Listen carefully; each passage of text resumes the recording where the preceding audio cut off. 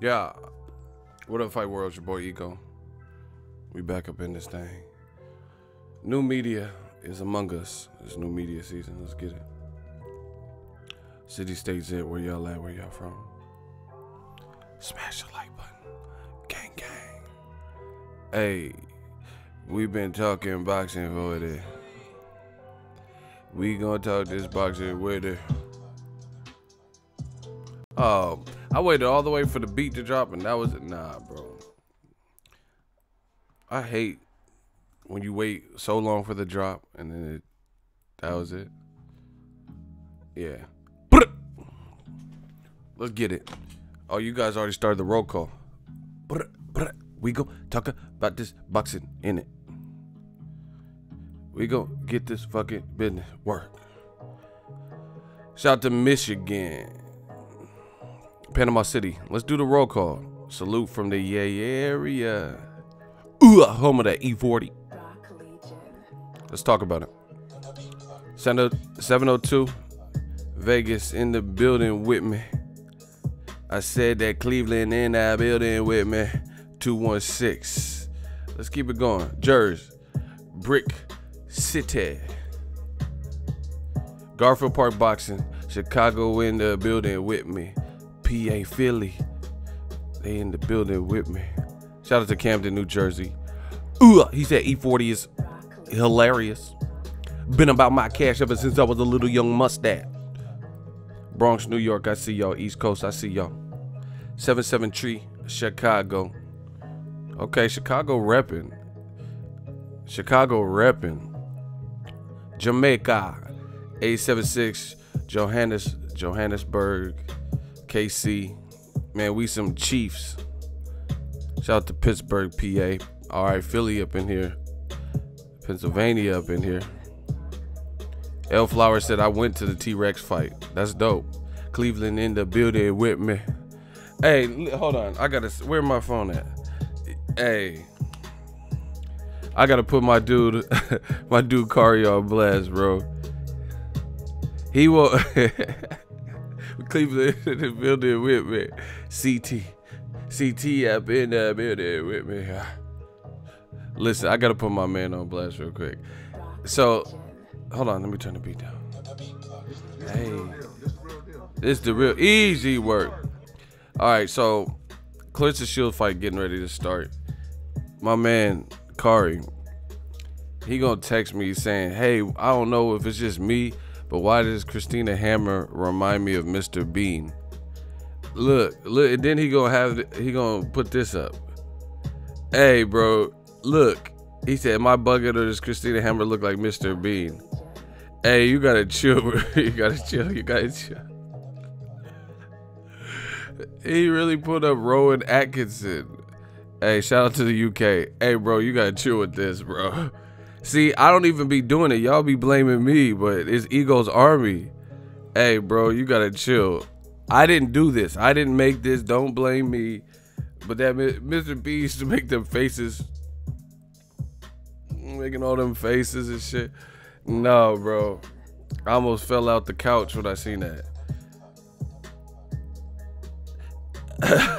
I don't even know what to say. Hey, bro, fuck this roll call shit. We got to get to the game. I didn't do that, for the record, because I get blamed for everything. You know, hey, oh, yeah, Ego, Lomachenko, you are. What are you talking about? I don't think she has a lazy eye. Where you see, yeah, I always say they say I got a lazy eye. Bitch, where? Anyway, I got my iced coffee. I'm ready to go. Hey, I'm pissed off, man. See, look, he said, "Where's the lie?" See, he said it, bro. Hey, I don't know about this Mr. Bean shit, but she was getting beamed on. She was getting beamed. She was getting that bean rocked by Claressa Shields. That's what I do know. Claressa Shields was like, oh my gosh. She was fighting like she was fighting for clean water. She was putting that, oh my gosh, beats by Claressa, beats by Shields. The hammer got nailed. Oh my gosh. Did y'all see that? Claressa Shields was throwing these Maidana. She was trying to Broner her shit. She was throwing these Maidana overhand. Like, how ya like me now? Like, she was not playing up in that ring. And you know what? She came down in weight recently. She looked good at that weight. You know what I'm saying? Like, she looked in shape. You know, she has a really nice, like, athletic shape. You know, because I see, like, what's the name? Gabby Garcia? Nah, bro. That, like, she like, you know, I gotta stop because they're gonna say I'm a body shamer. But I'm just saying, Gabby Garcia built like Goro from Mortal Kombat and shit. She got 4 arms. That's what I'm trying to say, bro. Gabby Garcia is hub. She on that Tukey Williams workout plan. She on that Kanye workout and that Tukey Williams. Gabby Garcia be, hell no, Ralph Mueller looking at, bro. What? Nah, she got that Goro shit going on. Goro, your soul is mine. You will die. Remember Shang Tsung? That motherfucker. Your soul is mine. You will die. Hey, she built like Goro at this motherfucker. Goro had all them arms and shit, bro.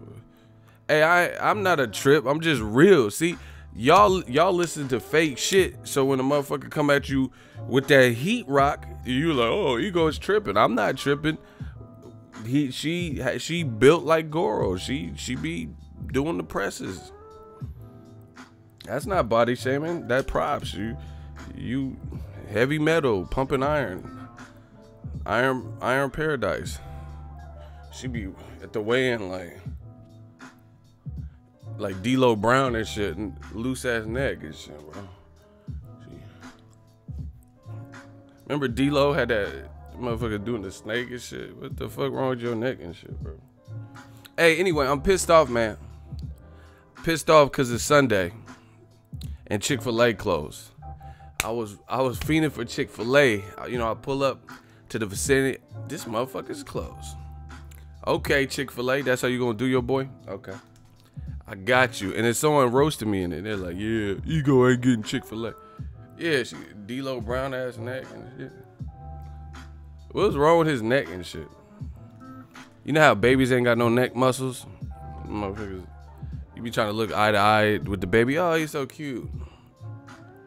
Baby B. Loose ass neck, bro. You better do some neck ups, motherfucker. Weak ass neck, bro. Yo, word is born. Why they say Chick-fil-A coming out with fried chicken and they testing it in some of their popular locations? Bro, if Chick-fil-A come out with fried chicken, churches might finally go out of business, bro. Churches going out of business. They going down. If Chick-fil-A fried chicken, are you kidding? Okay, not only is the chicken delicious, the regular shit, but if they come out with fried chicken, listen, Chick-fil-A is like the movie Get Out. These motherfuckers do not care. Like, you know how you go to like Burger King or like Taco Bell, and then they got the sauce supervisor. You know, the SS, sauce supervisor. And then you be like, yeah, can I get a ranch? And then they like get mad that they have to give you a ranch. Like, bitch, I just ordered 20 nuggets and shit. What you know, mad at and shit. And then you be like, oh, can I get 2? Can I get 1 more? Can I get 1 more ranch? And then they look at you like like you done slapped their mama or something. Like, bitch, over some ranch? Like, this is where we gonna go? Over some, you want to do this with me over some fucking ranch? And then I don't know if this is even legal, but you ever go to the fast food spot, you schmob up in there, go through the drive-through, and then all of a sudden they say that it's a charge for the ranch. Like, bitch, why doesn't it say that on the menu? Like, I get it, like Chipotle. Oh my god, Chipotle in my life. Like, they have the shit on the menu. Like, the guacamole is wild expensive at Chipotle, but they at least tell you on the menu that it's $2.65. But you go to like Wendy's, Burger King and shit, they be like, yeah, 27 cents for the ranch. Like, bitch, where does it say that? Why is that not a menu item if we paying and shit? You lying. You trying to pocket my 27 cents. You get off my 77. Get off my 77. Get off my. Y'all don't know what that's from. You poo butt rookies don't know what that. He said, "Get off my 77. Get off my 77." Yeah, you try to get me for my 27. What the fuck? 27 cent. Mike B. Wildin. He said they don't tell you about E. coli on the Chipotle menu. I forgot about that shit, bro. Hey, I just went to Chipotle. That's right. They were like, yeah, we don't have any romaine lettuce. They trying to poison me. They trying to get me syphilis and all types of shit, bro. Chick-fil-A kind of fell off lightweight. They trying to get me to clap and all this shit, bro. I gotta stop eating Chipotle. I need to go back to just cooking. I used to be pretty. Damn, Black John got it. Get off my 77. Ego be having bugging. Hey, yo, spelling is bugging, L Flowers. Ego be having bugging. That don't even make sense, bro. Yeah, Chipotle kind of lightweight fell off like all the way. You ever see a bad Chipotle is like that female in high school, like around Sadie Hawkins and winter ball and prom, she was bad, and then you guys like graduate and you don't see her for a while. She done had a couple kids, you know. She got stretch marks on her face and shit like that, you know. And she just looked, you know, for all the years of partying, it kind of caught up to her. That's what Chipotle is like right now. It just kind of fell off like all the way, bro. Like, damn. You used to look like Halle Berry. You look like Halle Scary Boysenberry. You look horrible. What happened to you? Like, damn, homie. In high school, you was the man, homie. Or not man. That was a little bit weird. You was the woman, homie. See, some of them be like that. Some of the ones, he said, my girl got better after high school. That's you picked you one. You got one. See, it's like you got to pick them wisely, people. You got to pick wisely, because I seen some ones that was like bad as fuck in high school, but they don't have the genetics for this shit. They don't have the genetics for like aging. Like aging don't run in their family. They age like like bananas and shit. Y'all gotta watch them, because I had some ones. I put it this way, I'm not even trying to roast them, but if I showed you them now, you would be like, how at any point were you attracted to her? You know what I'm saying? But I'm just trying to tell you, I try to tell you, she looked good back in the day. Like, she was like, hey, you Miss New Booty, get it together and bring it back. You know, like some girls, like when you in high school. Now, I'm not saying like now, like on some R. Kelly shit, but when you were in high school and she was in high school, they, you know, they hit that echelon. They're like, their body is tight, but then they have their genetics ain't gonna hold that shape up. You know, it's not gonna hold it if they don't watch what they eat. You know what I'm saying? Like, you ever met a girl who was thick, but she was like really like a fat burger away from like damn near like obesity a little bit? You know what I'm saying? Like, she was like thick, but it wasn't like OD. It wasn't like OD thick, but you could tell if she like got wild with it and like kept going to like Buffalo Wild Wings and shit and like Fat Burger, that it would be over for her. Like, shit would really be a wrap for real. Like, hey, you know, you eat all them falafels, them shits is good, but like you might want to back. Like, you know, you got to help her a little bit, because she's like, right now it's like the perfect level, like the perfect threshold. Whatever you're doing, just stay here, but don't like, you gotta stop going to Five Guys. You know, get the one patty at Five Guys. Don't get the two patty. I know they try to bait you to like two patties, and I know bacon. You like bacon, but you might wanna. Hey, bro, I'm just telling y'all. What's up, y'all? See, Kari, he been in the game. My dude Kari been in the game. He said, see what the mama look like. That's what I'm saying. Like, no disrespect to Will Smith. Now that's how you're supposed to shoot. Like, no disrespect to Will Smith, but Jada Pinkett, she's fine, and her mom is still, she's still. And then somebody told me recently that Jada Pinkett, her mom used to do drugs or something. Shit, where them drugs at? Cause she looked fine. She like 60 or something. She look fine. What drugs is she doing? She doing the Fountain of Youth drugs. She look raw. They both look good, you know. Now that's how you're supposed to shoot. Oh man. Hey, she looked cool. See, cause some people, like they said, Mary Kate and Ashley Olsen was on drugs. I don't know what the fuck happened to them. Yeah, you in a Full House, all right? The meth house, the trap house, the Olsen twins look whooped. Like, let's just be real. I can't even front with y'all. Yeah, you in that Full House, you Full House with them tweaks and shit, bro. Night like this, I with raindrop would fall. I still got it, baby. Like, yeah, you in that Full House, all right. You in that Full House, you know, one of them Bay Area Full Houses, you know what I'm saying? Like Fresno, you in one of them Breaking Bad houses. That shit is full. Serving them fiends, you know. That China White, you know, fuck you mean. Like what? You in a Full House, all right. You off that Eddie Kane Jr. Yeah, you in a Full House, the Breaking Bad house, bro. You looking crazy. You talking about cut it out. You need to cut it out and all that, bro. They're young too. I think they're younger than me. What the fuck? I ain't seen them recently, to their credit though. Hey, y'all wildin'. Y'all wildin'. These are just jokes. You know, YouTube get a little bit crazy. No, but I had girls like that. Like, and I'm telling you, if I showed you them now, you'd be like, nah, she was not. You're doing too much. But she was. But now she looked like. Remember when Michael Jackson turned his back and then he turned around and he was like zombie Michael? And he just kept his mouth open. Doom doom doom doom doom. Like, oh shit, you zombie Michael. He had them high ass cheekbone. Doom doom doom doom doom. Like, hey, bro. Hey, why did someone do the zombie Michael? Why they do the zombie Michael emoji? Hey, I told you I'm the Stream King. We ain't even started talking about boxing. This is my Netflix comedy special. We just warming up though. We just warming up the set.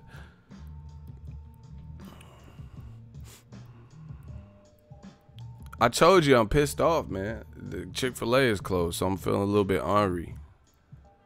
Yeah, some people just don't really age well. Like some people just, I don't know. Like you just look at them and you're like, damn. Like, damn. Nah, I'm not on Game of Thrones like that. I don't watch TV like that. I really don't.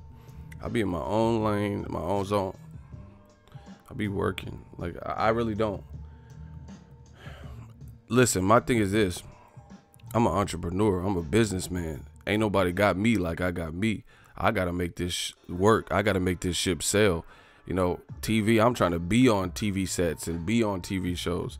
You know, so like me, I'd rather sacrifice up front for the big picture and the greater good. You know, help my family out, shit like that. So I don't really be caught up because this shit is addictive. Like, you know, I used to watch certain shows. Like I had this girl, she used to watch True Blood on HBO, and then Suck It. We used to watch it together because that's what she liked to watch. You know what I'm saying? But man, you just get caught up in this shit. Like, they did Lafayette dirty. Rest in peace to Lafayette. But they did Lafayette dirty. Suck it. You get all caught up, bro. Man, I just got to keep it pushing. There's just a lot, and see, that's the thing with Hulu and Netflix and Vudu and all these apps and shit. You gotta limit that, especially if you guys want to be entrepreneurs.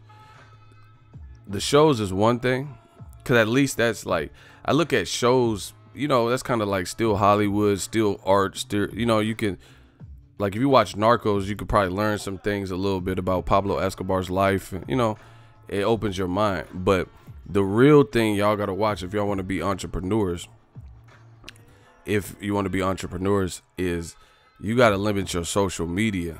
Y'all be on social media, because the thing is, social media, like even if you watch a movie, like especially certain types of movies or a documentary, you can learn something. You know, you can see quality acting, and you know, delivery and just be inspired by set designs and, you know, the Great Gatsby and just the way it looks and the wardrobe. But social media is just like kind of like YouTube. That's why I tell you guys, when it's this boxing stuff, you got to be careful who you listening to and receiving information from, because not everyone is YouTube. Anybody can really get on it, hit a certain threshold, and start monetizing videos. Some people ain't never had money. See, you can always tell the goofies, because the motherfuckers who ain't never had money, they don't know how to act if they get a little bit of money, or if they see like, oh, I could get paid off of YouTube, then they start doing crazy shit. Like, you know, P. Diddy admits that he got Tupac killed, you know, making clickbait, stupid ass titles and stuff. Social media is no different. Anybody can open up a social media account, and we all have them, you know, Facebook, Instagram, Twitter. So you get the opinions of too many people to a point. You feel what I'm saying?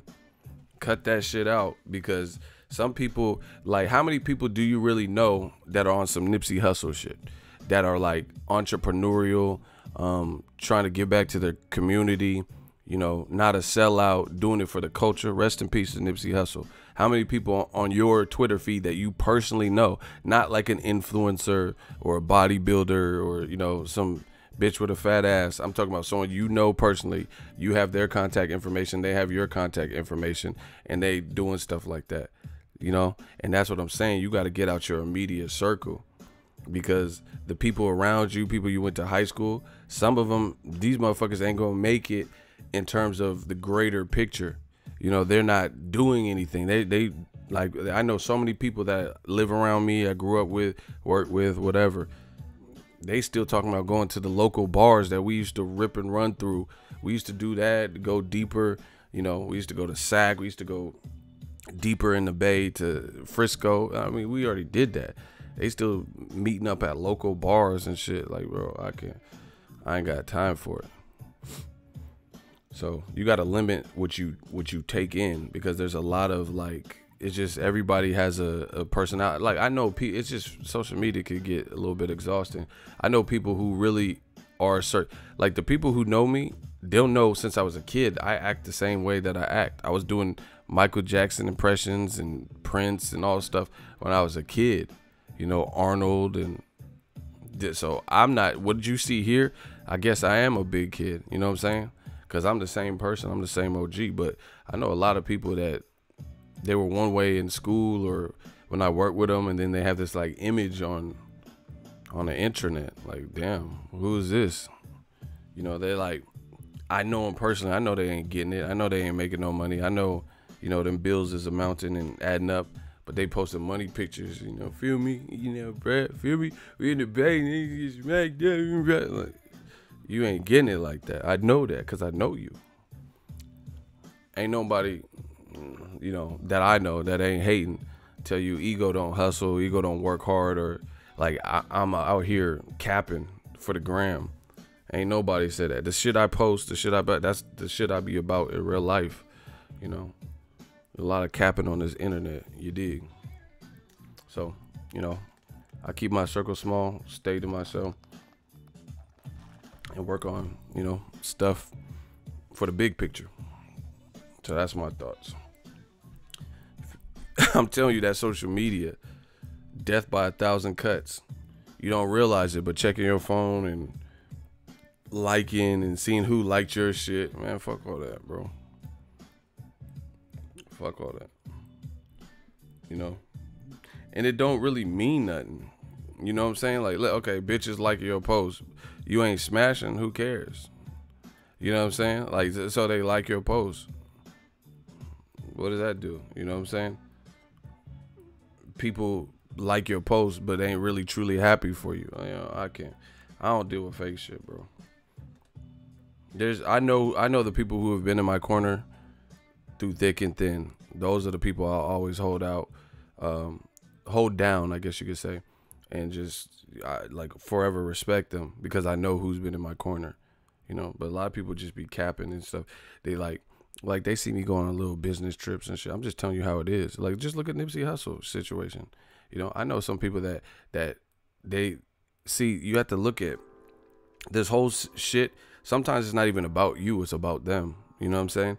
Like, you look at the Nipsey Hussle situation. You see a motherfucker, the community loves him. He's giving back to the community. He's like a superhero for LA and, you know, the world at large. There's a lot of people around the world. Like, you look at Dave East, he's from the East Coast and was fucking with Nip.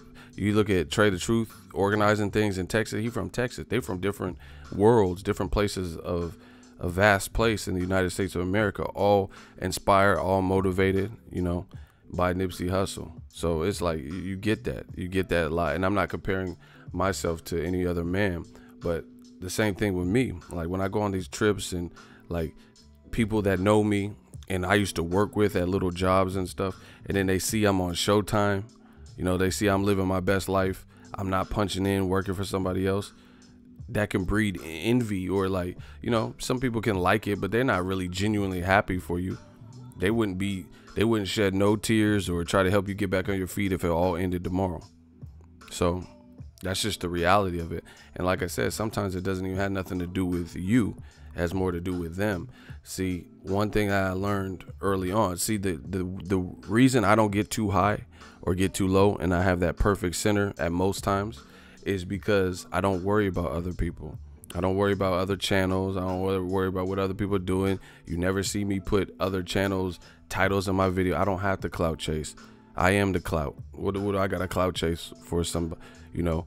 Now, if there's like ever a situation where, you know, Dwayne The Rock Johnson made a video about me, then yeah, I'd probably put his name in the title and respond, you know. But I just keep to myself. I worry about me. And the thing is, you got to know you. If you're not happy with yourself, then you have to get happy. You have to become happy with yourself. Otherwise, you're going to be a jealous crab in a bucket, envious, no good scrub is a guy who thinks he's fine, also known as a buster. That's what your life is going to be. And then the people who are actually moving and pushing and mobbing and opening businesses and printing merchandise and all that stuff, you're going to be looking extra salty at them. That's how that works, you know. So me, I put this on anything under oath. I never get jealous when I see somebody. Like, I really don't. Because if anything, if I see someone made a power move, that's why I know these beta males, when I be talking this boxing, I know they're not on my level because they're too emotional. I have no emotion. I'm the Terminator. Like, I'm not saying I have no emotion like that, but I can curb my emotion to analyze boxing, and it's worked oh so successful in the growth of my channel. No radio show. I have no podcast. I have no merchandise. I'm not just doing a bunch of interviews with fighters. People keep coming back to my shit. To my shit.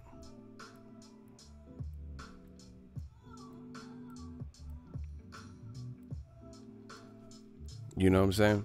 So I'm not worried about that. But like I said, if you're not content with your life, you're not happy, you need to get happy, because every time you see someone bust a move, bust a power move, it's going to make you mad, because you look at what they did, you see the response they're getting because they came up and, you know, busted their ass to save up to get a particular camera and then made a movie with it. And then you see the movie is received like that. Like, let's say Jordan Peele. Jordan Peele went through like Mad TV, Jordan Key and Peele show, and then he put his whatever finances or whatever his energies and money he had collected from that towards the next step, the next phase of his career, when that Jordan Key and Peele show went off. Then he came out with the movie Get Out, and it was received well. Then he got he's doing the Twilight Zone, he's doing the Us movie. You get what I'm saying? So if you went to school with him and you in the same film class as him and you see where he got to it, and then you see that you still working at you know, Sweet Baby Ray's barbecue shack, you're gonna feel a type of way. So there's nothing wrong with working at a barbecue shack or Radio Shack or whatever, but you have to, if you're not content with that, you have to find a way to make the proper moves to get out of that situation. Yeah, shout out to Tiger Woods. See, that's another, he hasn't won the Masters since 2005. He went through all that bullshit with all the women. Hey, Tiger be fucking though. Yeah, motherfucker, I'm Tiger Woods, bitch. Tiger Woods be fucking though. They had hella women come out. I was like, damn, Tiger, he out here macking. I didn't know Tiger was just pulling them like that. But I get, you see me on that golf course, man. You see me. Yeah, I'm gonna give you a hole in one, ho. I'm gonna give you that hole in one. I'm Tiger, bitch. I'm gonna give you that hole in one. Yeah, Tiger has some bops. He has some Tatianas with him. He said, yeah, you gonna get this iron, you know what I'm saying? Hole in one. He said, you gonna get this iron.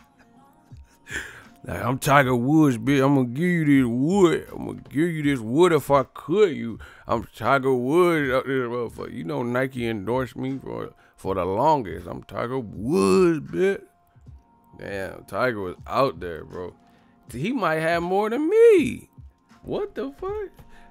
I never thought Tiger Woods be like, you don't just think of Tiger just like macking like that. He just seemed like a little Afion Crockett looking motherfucker.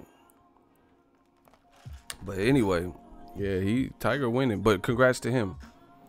Staying dedicated. Dedication. But anyway, bottom line, you have to fix your situation. If you're not happy with your life, the way it's going, you're not happy with these things, then you got to change it. If you don't like the way you look in the mirror, you develop love handles, then you got to change it. You don't like that you went to school with Jordan Peele and you're not living out your film dreams and he is, then you got to change it. It's a reality of it. So anyway, back to what I was saying is like when I see someone bust a move, make a power move, or like that shit inspires me. That don't make me want to hate. That don't make me want to hate at all. If anything, I get inspired. Shout out to Rashid Muhammad. And Muhammad is his prophet. Praise be Allah. Shout out to you, $2 super chat. This the real deal. This the real deal. If something's broke, fix it, period. It sounds simple, but a lot of people overcomplicate stuff. See, this is the other thing. A lot of people that I talk to, they have a victim mentality. Listen, life ain't built for that. If you have a victim mentality, you're gonna be a victim forever. Just fall down and lay down and let the real ones in. You know what I'm saying? I ain't never had no victim mentality where I just sit there and mope and crawl and feel sorry for myself. I've made bad decisions just like everybody else. I've done stuff. I've been in debt. All that.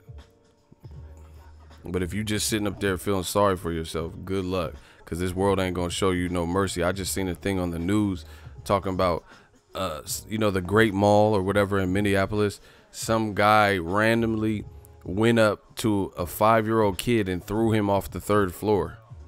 And the kid is like recovering. So, prayers with him and his family. But that was just a random act of like, they don't even know why he did it type shit. The world is fucked up.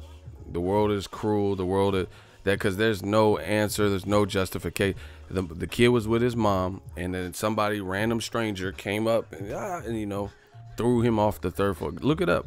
It was in Minneapolis where they just had the Peter Quillen Caleb Truex fight, and some guy randomly threw him off the 3rd floor of the mall, because I think it's the Great Mall. It's like a big, huge, it's a huge mall. So there's multiple floors. Like, that's crazy. You just randomly did that.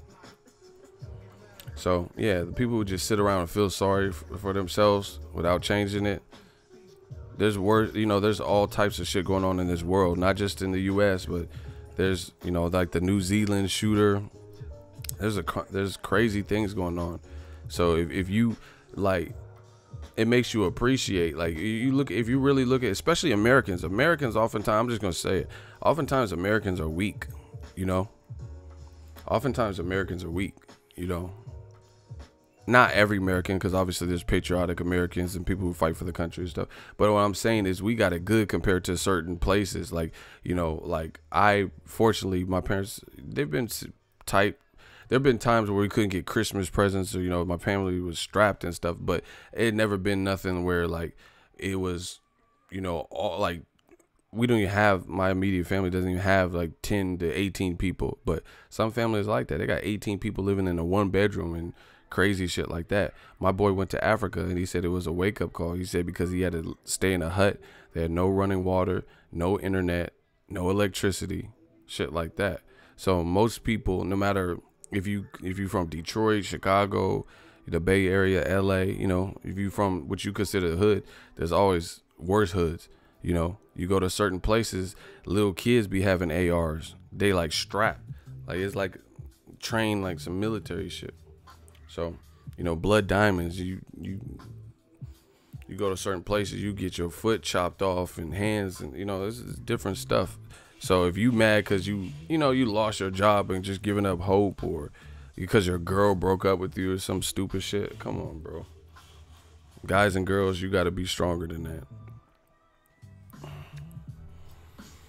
Shout out to Germany. He says, preach, bro. World missing peace and harmony, respect from Germany.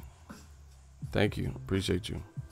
He said, wow, in the DR, parts lose electricity still randomly, and that is no joke. That's what I'm saying. Puerto Rico going through it.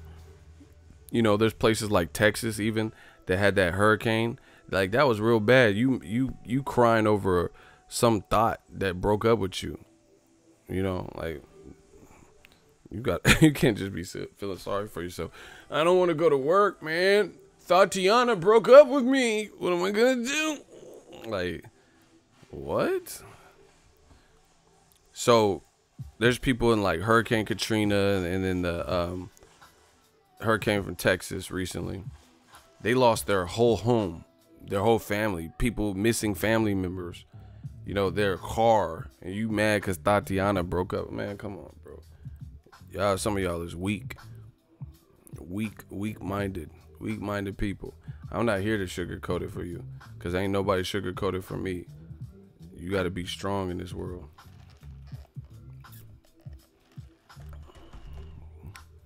Society is raising this sensitivity. Yeah, it's real PC. Yo, Tatiana, man, why would she do this to me, man? I ain't even do nothing, man. Like, you crying over some chick, bro. And especially like when you get to a certain age, like you realize shit happens. Like, people be acting like they whole. Look, he said my homegirl lost her car and her family lost their house in Hurricane Harvey. That's what I'm saying. What the fuck is Tatiana?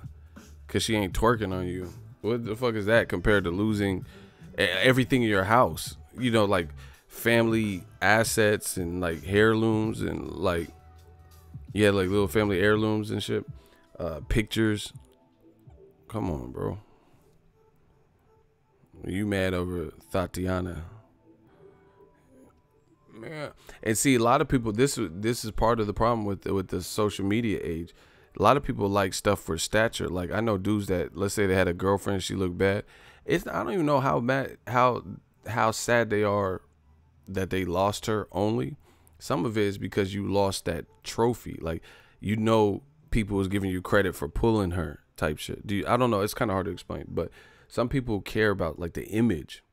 You get what I'm saying? Like, they care more about the image. Like, did you really and truly care about this girl, or you had a girl with a banging body and you just mad that you lost her? Now you don't have that image. Now you have to go back to Singleville with the rest of us single fucks and rebuild. You know, some people, I guess they trip more off of status. You know what I'm saying? That's why they post like, you know, money pictures and shit, because they want people to flock towards them, even if it's not the true situation. You ain't never seen me do that. Post some money pictures, but then be broke. Or have money and post money pictures. That's not just typically what I do. Some people care more about status. Like, it reminds me of what Deontay Wilder said. He said it great when he came to heavyweight division. Deontay Wilder said, a lot of people, when they see me, they like, oh, you a heavyweight champion of the world. And he was like, I'd rather be the part than to look the part. And that's real. And that's just in life in general. Some people would rather look the part than be the part. You know, it's like the movie, it reminds me of White Men Can't Jump. When Woody Harrelson told Wesley Snipes. He said, you would rather lose a game and look good losing than to win a game and look bad in winning. I'm the opposite. I'm the opposite of H2O. Now you know, fish. That's not me. I don't care about clout chasing the image. I don't care what people feel. He said, we live in the era of clout chasing and trolling. Yeah, that's true. Like, just look at that on YouTube in boxing. Motherfuckers keep talking, like saying stuff about me. Okay, we get it. You don't like my channel. But how does your life not go on and your channel don't go on? Just give the people what you want. You know? How am I a centerpiece on other people's channel? It doesn't even make sense. Like, we get it. I'm stupid. I'm not saying anything. Even though I have a boxing channel, I've been talking for 45 minutes and I haven't even been talking about boxing. See, I'm the people's champ, baby. This is deeper than boxing. It is boxing, but it's deeper. David Thomas, delete your comment or you will be deleted. We don't clout chase over here, bro. You messing up. And that's your second comment that you left that was suspect, bro. In this one. So we'll give you the chance to delete your own comment or you will be deleted. And shooters, if Dave Thomas hasn't deleted his last comment, oh shit. You lucky Icy the One helped you out, bro.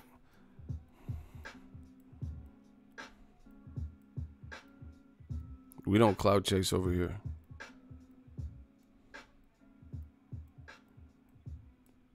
But I don't need nobody to clap back. Like, just the clap back, this is new media. This is how we clap back. Pay attention to what's real. If you know it's some bullshit, if you like, you know, whatever channel, and you know they reliable information, then support them. If you know it's some bullshit, then you know what to do.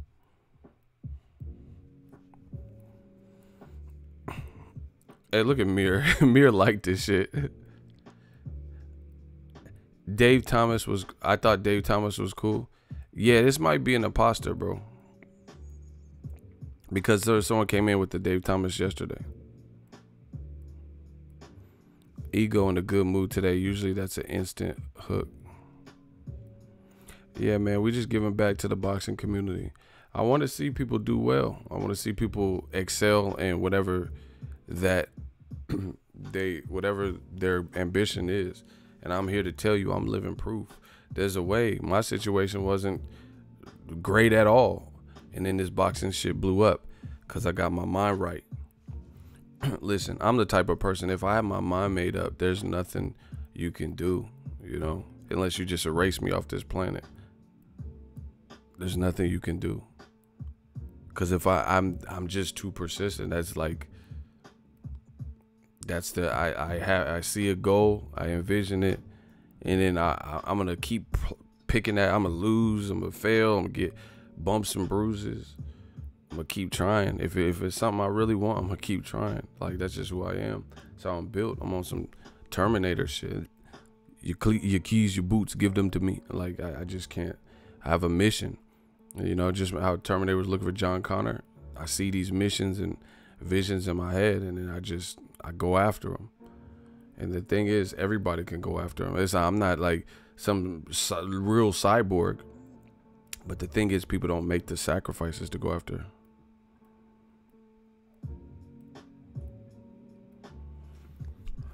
You got to make sacrifices. Like, when people keep saying, oh, you hear so-and-so CD, you hear this and that. I heard 2 Chainz album was raw. I ain't even listened to it. Nothing against 2 Chainz. I will listen to it, but I'll listen to it when I need to listen to it. You know, when I have extra time.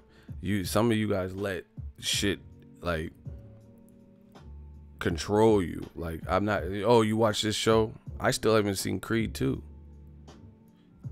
I got shit to do. That's what I'm saying. I ain't seen Creed 2 because I got shit to do. It's no disrespect. I want to see the movie. I heard mixed reviews about it. But you got to be persistent. Yeah, Ronald Finkley don't be playing, bro. I still didn't see Mungia because, man, there was so much boxing on, and then I did all my content and posts, so I didn't even watch it because after I did that, I was tired. It was like, Cheetah, you said I'm not missing much with what, Creed? Really? I heard that. But I heard some people said it was good. Some people said it was like a love story more. I don't know. See, look at my guy Nelson. Let's talk about it. I want to talk about some of the things. Oh man, we gotta talk about this Lomachenko shit. Listen, Django's good. You should watch that. Django, the D is silent. Let's talk about this Lomachenko shit. Okay, smash the like button. Surprise, surprise, motherfucker! That king is back. Let's get to it. The first one was better. Creed was so-so. You know what's weird? It seems like it's hard to make a good boxing movie. They need to get real boxing, not just boxers. Get creative people, me, like people like me that do creative stuff like editing, but fuck with the boxing heavy. You know what I'm saying? I just feel like they get people and try to, like, cause the boxing movies are hard to pull off. Like, I could think of more like other genre sports movies that are like basketball movies that are dope. I could think of a couple like basketball joint, Above the Rim, Sunset Park. You get what I'm saying? And fucking the air up there. Like, I could think of different basketball movies that are pretty hard. Fucking Eddie with Whoopi Goldberg and shit. Like Mike looking at him. You know, I could think of football movie, Any Given Sunday. The Program was dope. Fucking Air Bud, I don't know. But I could think of probably more other sports movies that are like dope. Like Remember the Titans. Boxing's hard to pull off. Actually, Hurricane was dope, but that's Denzel again. Hurricane was dope, and it wasn't really like I don't really consider it a boxing movie. It was more so a movie about a boxer, because it was about some like prison shit. He said Blue Chips with Shaq. Remember Kazam? That shit was trash, bro. Wasn't Ray J in that? Hey, bro, that movie was weak. Ray J was like, wait a minute. Soon and poppin', chickens is rockin'. He said Necessary Roughness was Sinbad. Y'all saying some classics. See, that's what I'm saying. That man Ray J said Tyson Fury is finna win. Yeah, motherfucker. All right, Ray J. If you had one wish, looking at you had one wish, Tyson Fury would get up if you bet some money on that. As a matter of fact, I was the one who said I loved you first. It was about 8 years ago. Y'all got me about to show. Don't act like you don't know. Sitting at home in your mama's living room. Yeah, if you had one wish that Jack Reese woke Fury the fuck up. Hey, I hope Ray J, shout out to Ray J, I hope you didn't bet no money on Tyson Fury winning, bro. As a matter of fact, there was the one who said I loved you first. It was about 8 years ago. Don't act like Tyson, no. Hey, that motherfucker got stretched at 12 rounds. That 12 round was some movie shit, bro. I was there. Everybody in the stable center was like, oh, that shit was crazy, bro. That shit was crazy. Tyson took a power nap real quick. Longest Yard was solid. That song was lit, still is. Hey, I love old school R&B because it be like they be like simping on another level, like in the music videos, but it's still tight. This man Ray came to her house though. He pulled up in like a Lambo or something and was dancing in the rain, bro. I ain't never did that for no pussy, bro. Like these R&B videos be OD. Like I don't care who. I've had some ones. Just know that I ain't never had no chick had me dancing in the rain and shit. As a matter of fact, there was the one who said I loved you first. Like she must have had some She had that voodoo for you to be doing all that, like falling to your knees. What your mama say, girl? Like, I ain't never just been singing in front of no chick. You know, she would hit you off with that cool little restraining order. Like, you out, she looked through the blinds and shit, and, you know, she looked through the blinds and see your asses. As a matter of fact, there was the one who said I loved you very. Like, hello, 911. I'd like to report an intruder. Yeah, Ray J. His full name, Ray J. Norwood II. Yeah, I'll hold.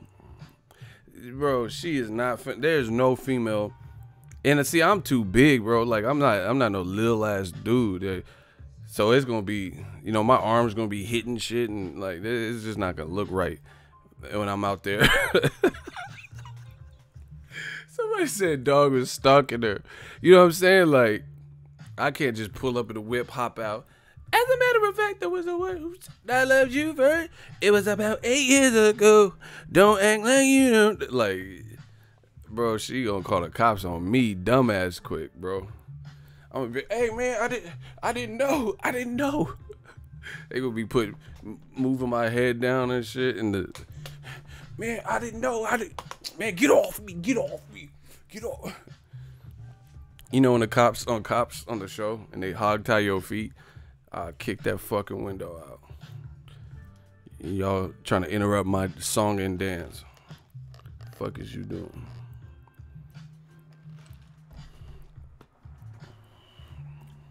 Yeah, them old R&B music videos be OD. Hey, the thing I like about like not just R&B, but just love songs in general, is if you listen to like words, that should be lightweight creepy. Like, listen to love songs, R&B, or like rock, or anybody, and listen to the words that they're saying. Just listen. It sounds so like the words be sounding too like I said, I had some bad ones, but like, okay, like let's say Aerosmith. Remember that? I don't want to miss a thing. I don't want to close cause I miss you, babe. And I don't want to miss a thing. Listen to lyrics to shit like that, bro. Here, verse 1. I'm on it. I'm pulled it up right now. He said, I could stay awake just to hear you breathing.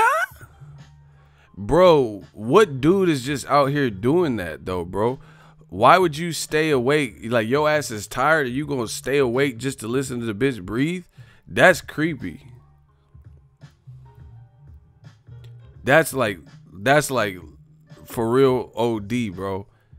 You staying awake just to hear her breathe? Tell me that ain't creepy weirdo mode. That's literally the lyrics. And the song be having people tearing up and shit. See, okay, we have a woman, not to put you on the spot. Michelle, what if a dude stayed awake just to hear you breathing? Like, yeah, I gotta make sure I got my stethoscope. I'm gonna make sure this bitch keep breathing. Like, no disrespect. I'm not like, it's not like I want my bitch to die or something while I'm sleeping and she just dead or to be sleeping by a corpse or nothing. But I ain't finna stay awake to hear you breathing.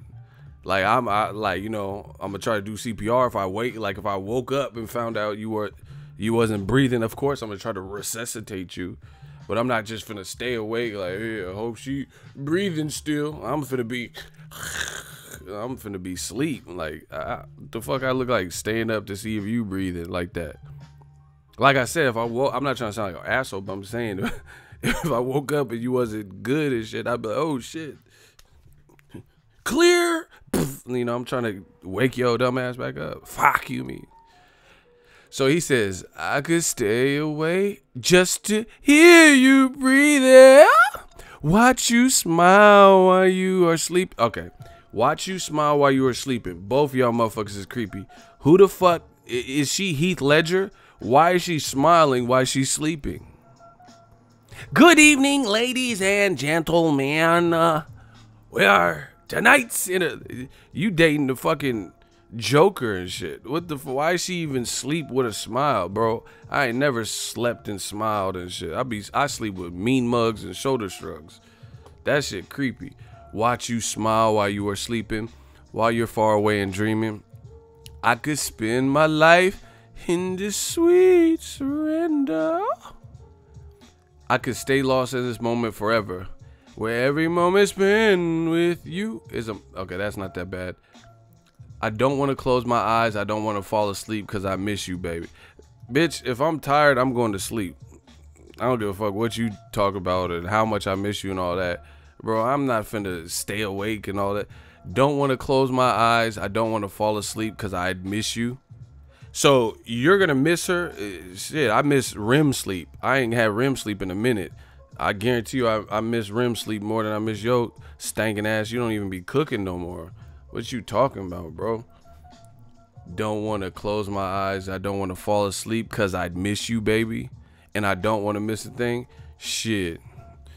I'm going to miss my alarm if I fuck around and keep trying to stay up with your stupid ass. I'm just real, bro. I don't care, bro. That's probably why I'm single, to be honest. I don't know. You're talking about I don't want to miss a thing. You gonna miss punching in at work and get your dumb ass fired, trying to stay up to watch her put your finger in her nose, make sure she breathing and all this shit, bro. What? I'm telling y'all, y'all gotta listen to these love songs. This should be creepy if you just break down the words.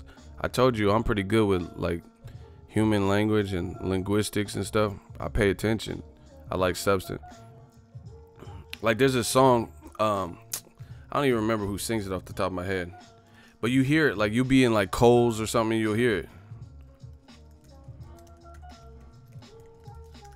right?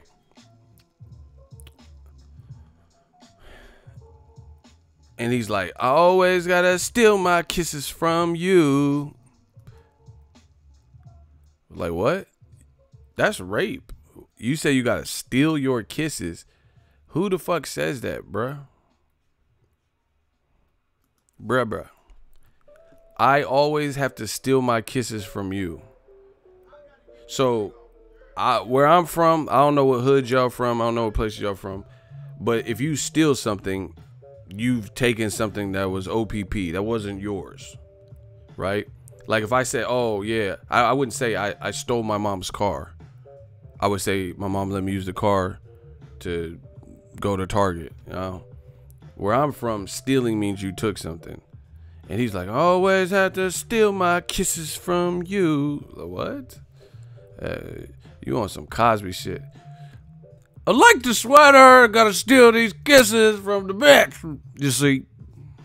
Dawg, I always gotta steal the kisses until I put the Quaalude in the drink, and now I don't gotta steal them no more. I'm in prison. Like, hey, you wildin'. Bill be wildin'.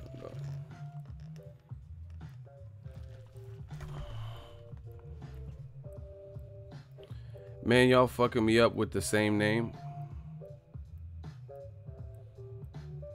Hey, which one is the Dave Tom? I told you one was an imposter.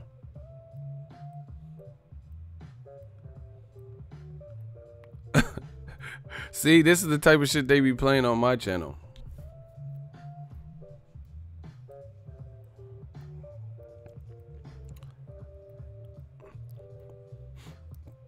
Why they impersonating? Why they keep doing Dave Thomas? Like, why him out of all people? This is pretty fucking funny. Hey, you know what? One of my shooters just said, or somebody just said, man, he's like, I hope you don't get blocked on accident. They just said this to Dave Thomas.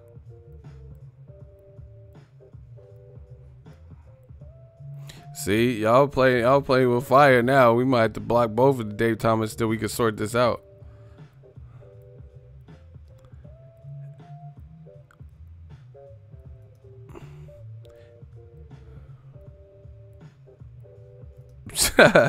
This is interesting. Hey, you know what? Block. I have a good memory. Block the Dave Thomas with the picture. The one with the picture is the fake. He's the fake. The guy with the picture. Hey, shooters, block the David Thomas with the fake. He's the fake. Remember on Total Recall when he had the hologram? You think this is the real Quaid. It is. He's the fake one. You know how I know? Because my memory. Yesterday, so first of all, when you have no profile picture, YouTube randomly assigns a color. The Dave Thomas yesterday had a green avatar. He had no picture, but he had a green avatar. And then the guy came in with the fake David, and it was purple. I told you, my memory's good. Ego, you're a beast, I swear. Damn, you a beast. I told you, my memory's good. Because they did, the same guy came in yesterday pretending to be Dave Thomas, and I didn't know who was who, and we blocked the purple one. And then now he came back with a picture, but the Dave Thomas yesterday that was in here didn't even have a picture, and it was green. Yeah, my memory's on point. These motherfuckers ain't fooling nobody. I know it's you, David. Shout out to you. Yeah, he came in. And then the thing is, he just picked some random black person. That's how I knew he was fake. He just picked. That wasn't even him, probably. This is what they do. He'd be like, yeah, Mayweather's trash. I hit Terrence Crawford. He probably hits his girl. Deontay Wilder, chicken noodle soup legs. Look at those legs. I'm black too, by the way. Yeah, he just put some random black person from Google and shit. The black channels. Why do they always wear wife beaters? Maybe they like to beat their wives. Like, he's the fake one. Because he did too much.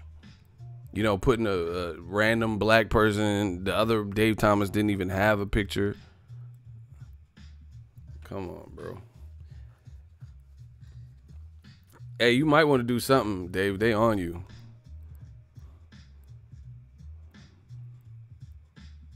Hey, Dave, I'm going to email you, or I'm going to hit you up, or hit me up on Twitter, and then I'm going to send you a private message, and I'm going to have a password for you or something to identify who you are. You don't have to change your name. You don't have to do all that unless you want to. But I got it for it. I'm going to send you something privately. Hit me up on Twitter. I'm going to send you something privately, and then that's the password. So if this dude comes back pretending to be you, only you have the password. See, they can't fuck with new media. I innovate, and then I demonstrate. They're not going to do that to that man and then get him blocked on accident. So I'm going to give you a password that only you have. And then if this happens again, then it's not going to work, because I'm going to have you repeat the password. And if the other dude don't know the password, so keep that to the chest, you know, the password that we talk about. And then you don't have to go through this anymore. Okay, I got your email. Yeah. So now we're going to see who's fake. I'm emailing you right now.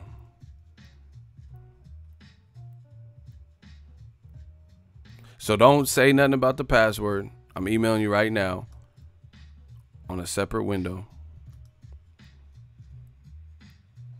And you'll have this password. If this happens again, see, we just nip it in the bud. We about solutions.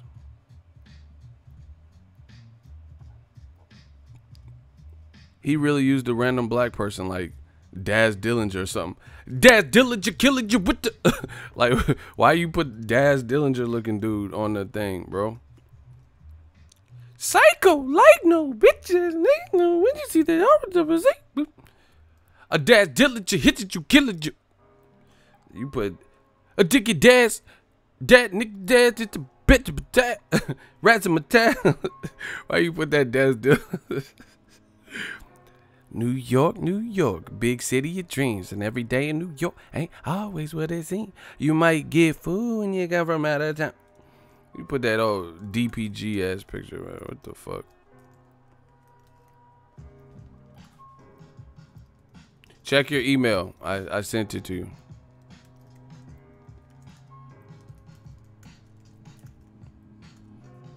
Don't say nothing about this password, because then if you leak the password and then this comes up, I just sent it to you. and this comes up and someone else has it, then you might get blocked on accident. So I wouldn't tell nobody that. He said this is like us. Us.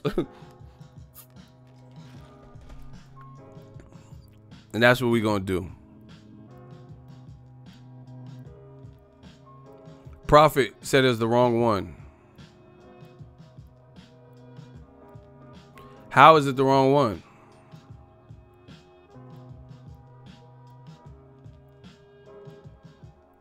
Prophet, how is it the wrong one?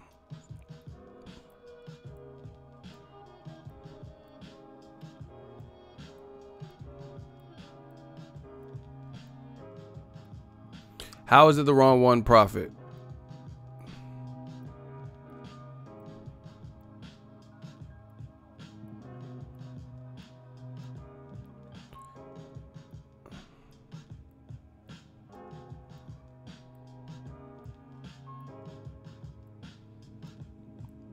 How do you know Dave Thomas? So I just sent a password to the us version. He said, I got you. Hey, hey, he's the dude from us. Hold on. Hey, this is some us shit. He said, I got you. Oh, wow.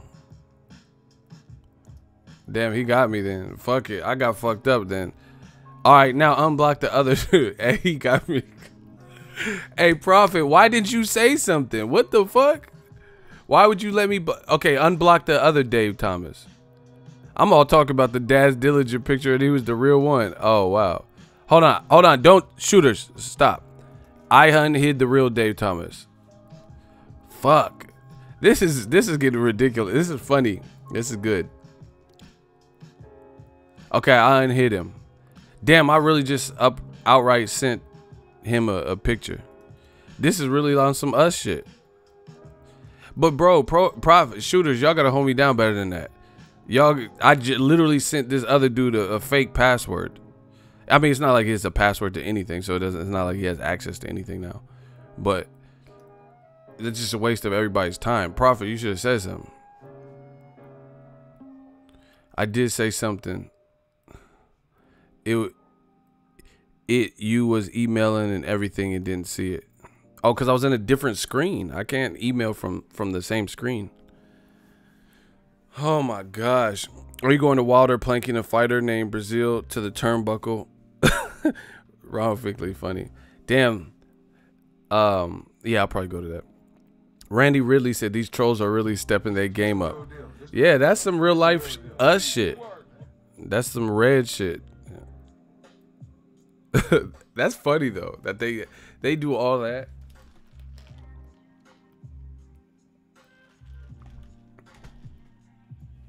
He said, hey, these trolls getting smarter. Then the motherfucker really did a us move. And after he was like, I got you. Oh, shit. But see, I told you, I'm a man. I'm a man at the end of the day. I'm a man at the end of the day. So I was like, oh, shit, he got me. He got me. Okay, but see, this is the thing where it fucked me up. These trolls is like advanced. This is some advanced level trolling. He really had the green. The one yesterday had a purple Dave Thomas. The one yesterday had a green. How would I know that Prophet told dude to add a picture? So that's like, that was actually the shooters trying to help out the situation. But it actually made it worse because the guy had the same color profile that the real one had yesterday. That's some advanced shit, bro. And then it coincidentally, my shooters said, hey, change your profile pic. So I was going off of the color.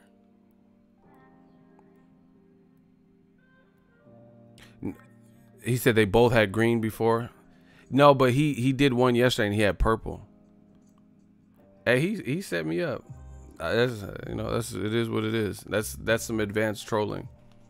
That motherfucker after he was like, yeah, I'm the real one, come on, what do you do? That's like some movie shit, you know, when you see like the T-1000 pretending to be Sarah Connor and it's like, he's like, come to me, John, come on, it's me, I'm your mom, and he don't know which one is the real one.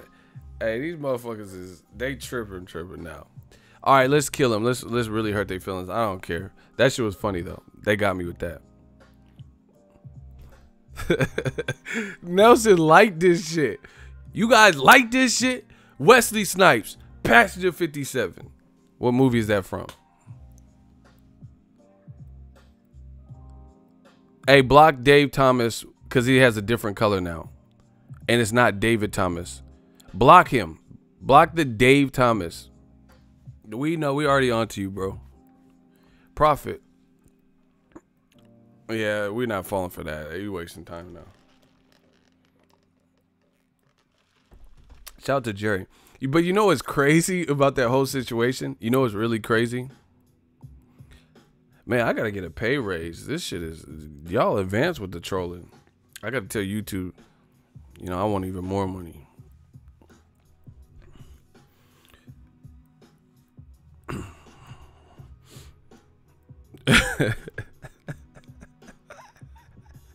That was good. That was pretty funny. I give him that. That was pretty creative. No, but the thing that I was gonna say is kind of crazy about it is why Dave Thomas. There's like Lala D's and shit. How did he randomly pick Dave Thomas to impersonate? I told y'all, it's a secret society. They all want to be a part. Shooters. That means we all, me and you and the channel members, we gotta all be familiar with people in the chat. Like I'm gonna go look at like J Dog and well, no, I don't have to do it with J Dog because I don't have to do it with J Dog because he has a shooter. But what I'm saying is, if it's let's say J Dog, see how many subs he has, see if he has any content, shit like that. Because if they start a fake profile, it's like they used to do this to me, like Boxingego, but now I'm verified, so I have a check mark. J-Dog said he'd been impersonating Dave Thomas on multiple pages. These motherfuckers is crazy. Dear Dave, I wrote you, but you still ain't calling. I left my cell pager and my home phone at the bottom. I sent 2 letters in autumn. You must not have got them. There probably was a problem at the post office or something. But what's up, Dave? How's your daughter? I'm about to be a father. I'm going to have a daughter. And guess what I'm going to call her? I'm going to call her David. Like, these motherfuckers is really like, it's kind of creepy a little bit. And they like it. I'm about to be a father. I'm going to have a daughter. Guess what I'm going to call her? I'm going to call her Dave Thomas.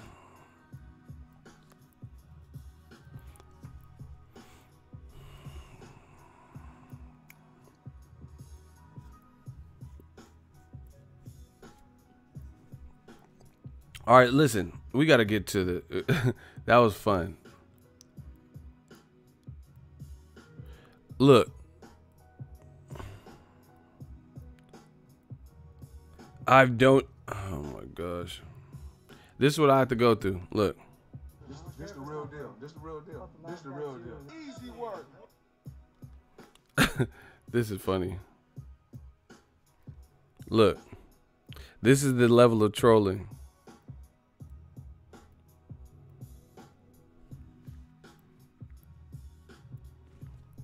Look. Look what I get.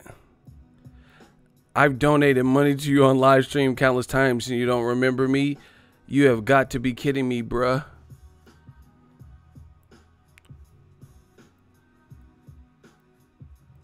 Block David S. Thomas. The blue one. Shooters, stop the dumb shit. Shooters.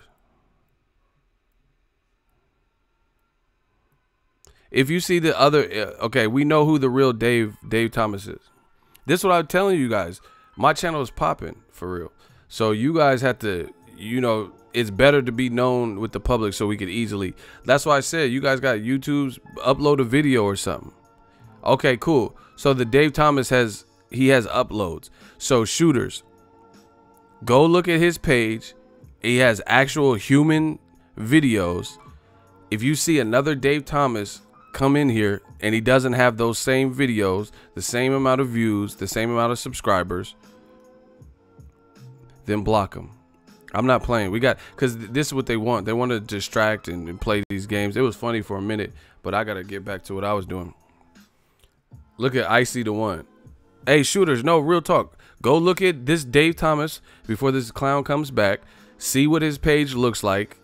And then if it's anybody else other than him, then block him with that name or any variation. David Thomas, King David, David and Goliath Thomas, anything like that, block him.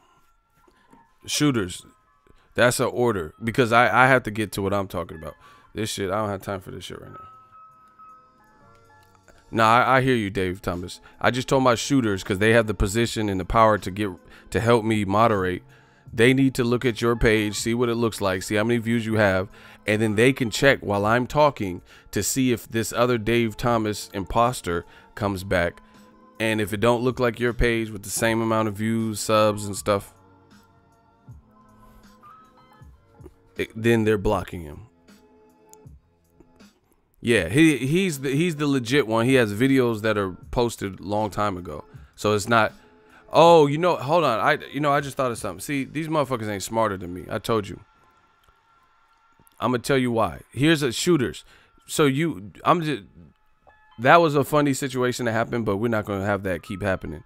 So here's another reason. Here's another thing. These shooters aren't, these guys aren't smarter than us. Right?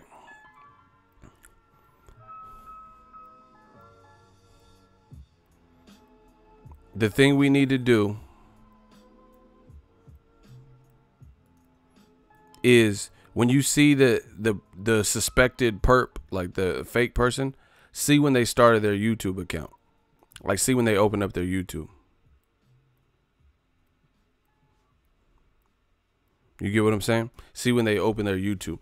Because if it was like today or yesterday or anything recently, then they just built this bullshit to troll. Do you get what I'm saying? If it was legit, most of these people didn't just start their account and come direct. How would they even know about me? They just open your account and the first thing you do is come to Boxingego Live. So that's another way shooters can decipher if it's somebody trolling. Their account's going to have some age to it. Like I said, who the fuck you're new to the YouTube platform, open an account today and then you just decided to come to my stream first? Like you just, I like boxing, so that's the first thing I seen. Let me go to that and stop it. So,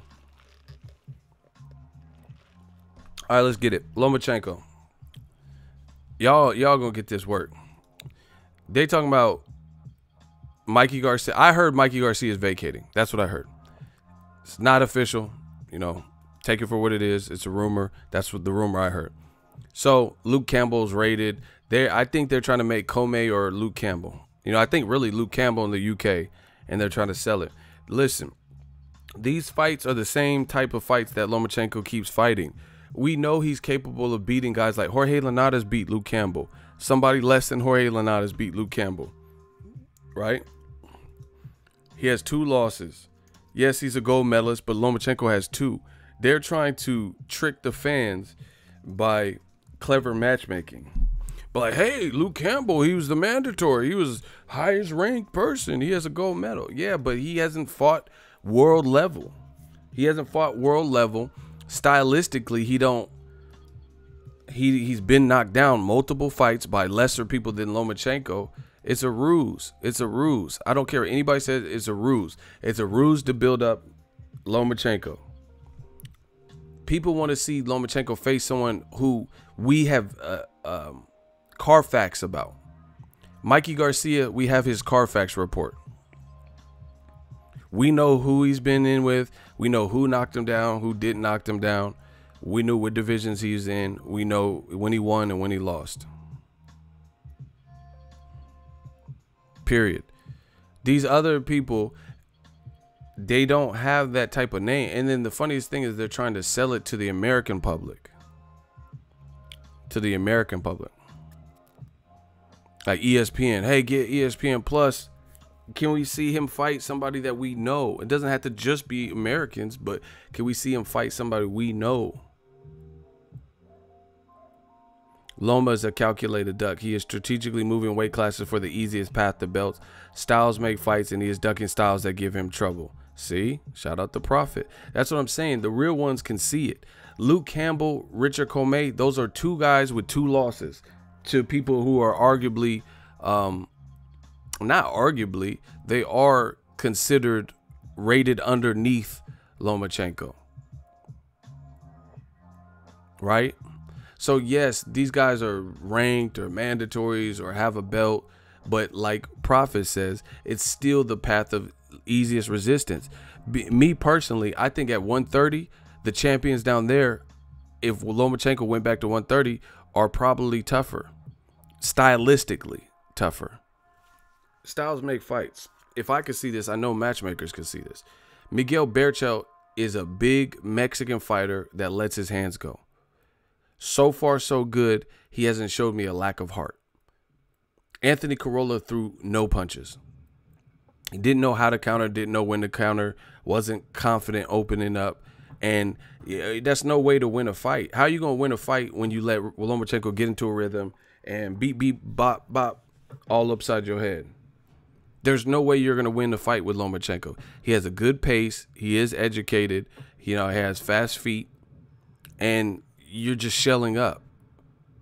You've never, ever seen Floyd Mayweather shell up against somebody and not counter. I will do a hot seat with anybody right now that could tell me the fight where Floyd just shelled up like this for long periods of time and wasn't countering. Watch when Cotto had the Cotto fight, let's say round 7, 8, 9, somewhere in there. Cotto was trying to rally and steal rounds. He had Floyd on the ropes and he was like letting his hands go. And Floyd was like on the ropes and shit. And he was like trying to get Cotto in between. Like Cotto's like 1, 2, 3. Floyd punches with you. That's my thing. Floyd would punch with you. He was like, dodging. And then he was trying to shoot uppercuts and shit real quick. Like Anthony Corolla wasn't doing that. That's what Teofimo was talking about. He said, I'm a different fighter, my intelligence, and blah, blah, blah.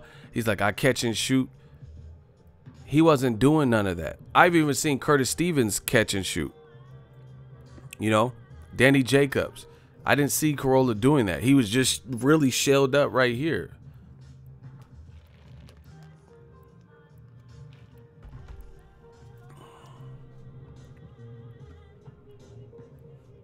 Hey, shooters, I don't have time for it.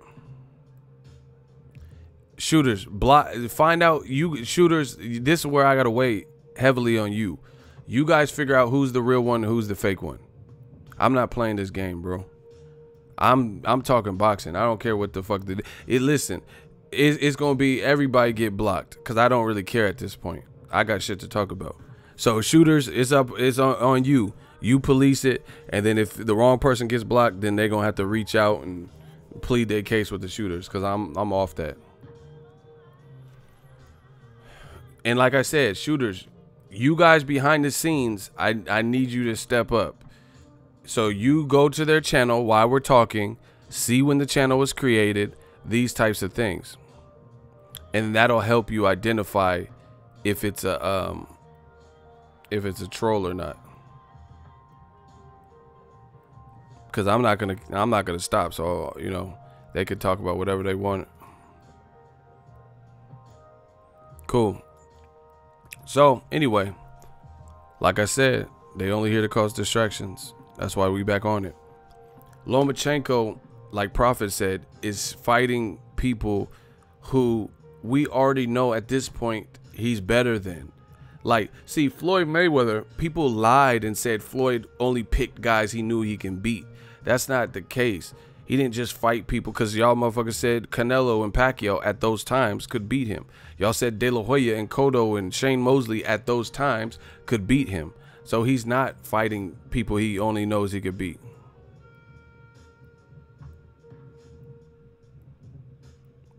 Listen, I don't care, shooters. I don't care if you block all of them. Really don't. If people, I've already warned Ego's Army about shit like that, about getting a profile picture, about uploading content, shit like that. So you guys figure it out. I'm not really worried about it. You know, so this is all on the shooters.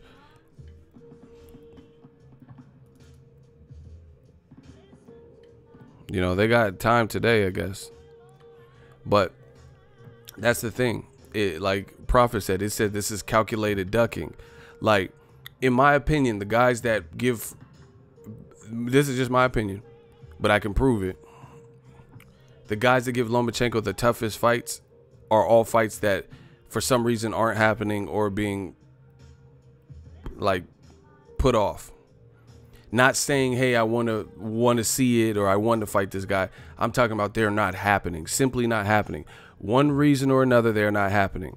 Pacquiao, Mikey Garcia. He said he will fight Terrence Crawford, so we know he's not fighting nobody like that. Teofimo's calling him out, right? Miguel Berchelt, I think, gives him a good fight. When Machado, before he lost, when he was at the 130 with Machado, Gervonta Tank Davis, these are all more meaningful fights stylistically, would show me the level that Lomachenko is at more so than anything else. Myron Dinard, $5 super chat. Fox need new commentary like Roy Jones and Tarver. Yeah, that's true. You know, the commentary was horrible. You know, so that's my thing. You know, these matchups that they're talking about, they don't really prove nothing. And like I said, the world sees it. The world sees, yes, Teofimo hasn't fought, you know, 40-something fights or fought this name and that name. But from the eye test, he's killing it. From a marketability, you know, he's an American. He represents Honduras. He's bilingual. And he's a talker. He's charismatic. His pops is charismatic. You know, you might see some banter with Lomachenko and his pop. Those types of things. They are highly confident. They're with the same side. These fights keep getting brushed off. Teofimo just said Bob Arum got ordered, or Lomachenko's team told Bob Arum to not let Teofimo in the ring. And he tried to get in the ring, and he said, no, get down, get down, get down. Teofimo said he went to Lomachenko's hotel because they told him he couldn't, and he just went anyway, and then Lomachenko switched hotels. This is what he's saying. These are the accusations. So the walls are closing in. The pressure is amounting. The pressure is amounting. You can say whatever you want, but the pressure is amounting with these type of situations. It's to the point where boxing people just want that real. They want real. They want real dialogue. You don't have to overly sell us stuff. Tell us Lomachenko's amateur career. That's fine. Nobody has any problem with that. But when you start saying historical comparisons, he could beat Floyd Mayweather at 35. He can, you know, he's better than Pacquiao and Shane Mosley, Roberto Duran. You know, we've never seen anything like this. He's not doing stuff that they did. So how can I say that? How can I say he's better than Pacquiao, but you haven't done nothing that impressed me like Pacquiao? Pacquiao moved up 8 fucking weight classes. No one in history of boxing has done that. You haven't done the similar, and I'm not saying he needs to go to heavyweight, but you haven't done, Roy Jones went to heavyweight. And I'm not, once again, I know what I say. I'm not saying Loma needs to go to heavyweight, but what I'm saying is you haven't done the comparable to that in your weight categories that you could. Roy Jones moved up like multiple weight classes, and he beat John Ruiz at heavyweight. Started off at like 54 shit, 160.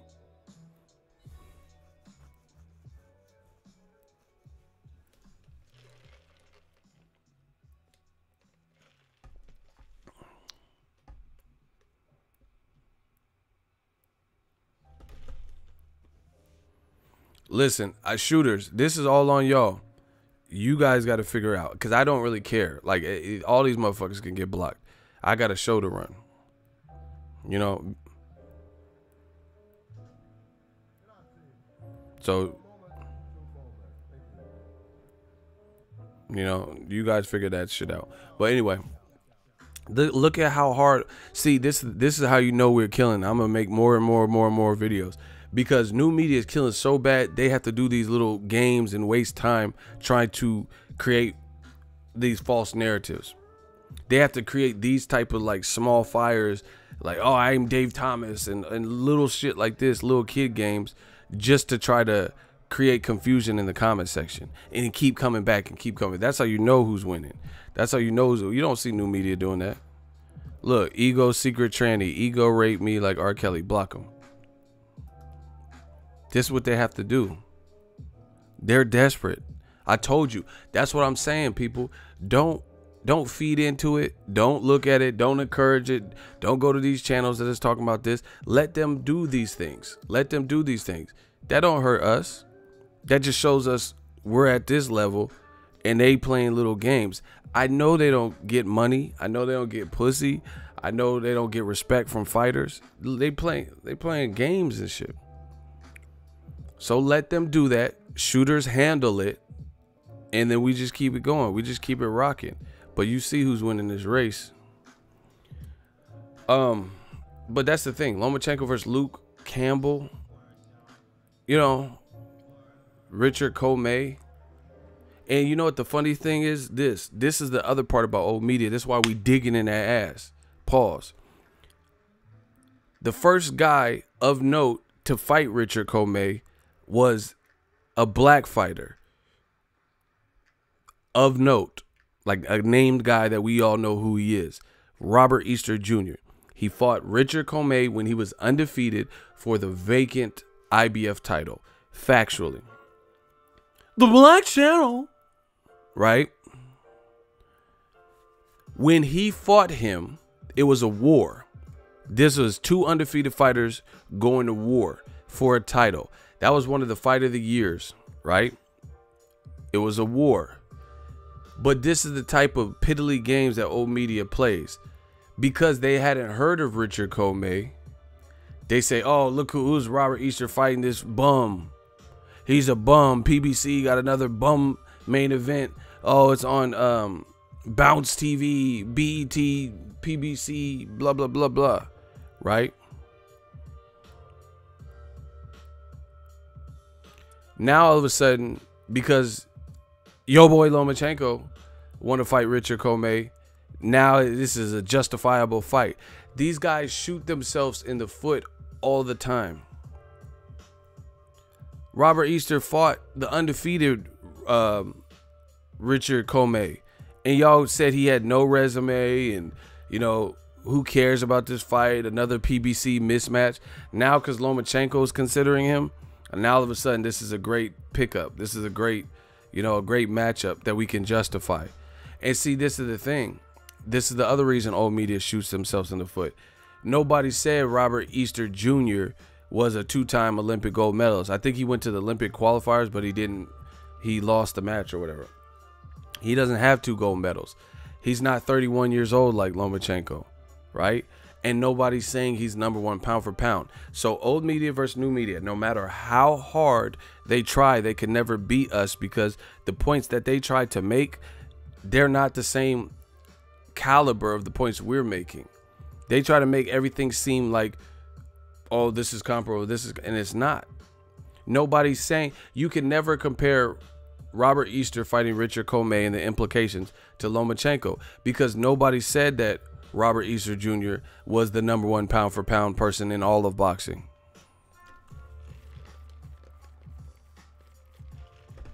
Nobody.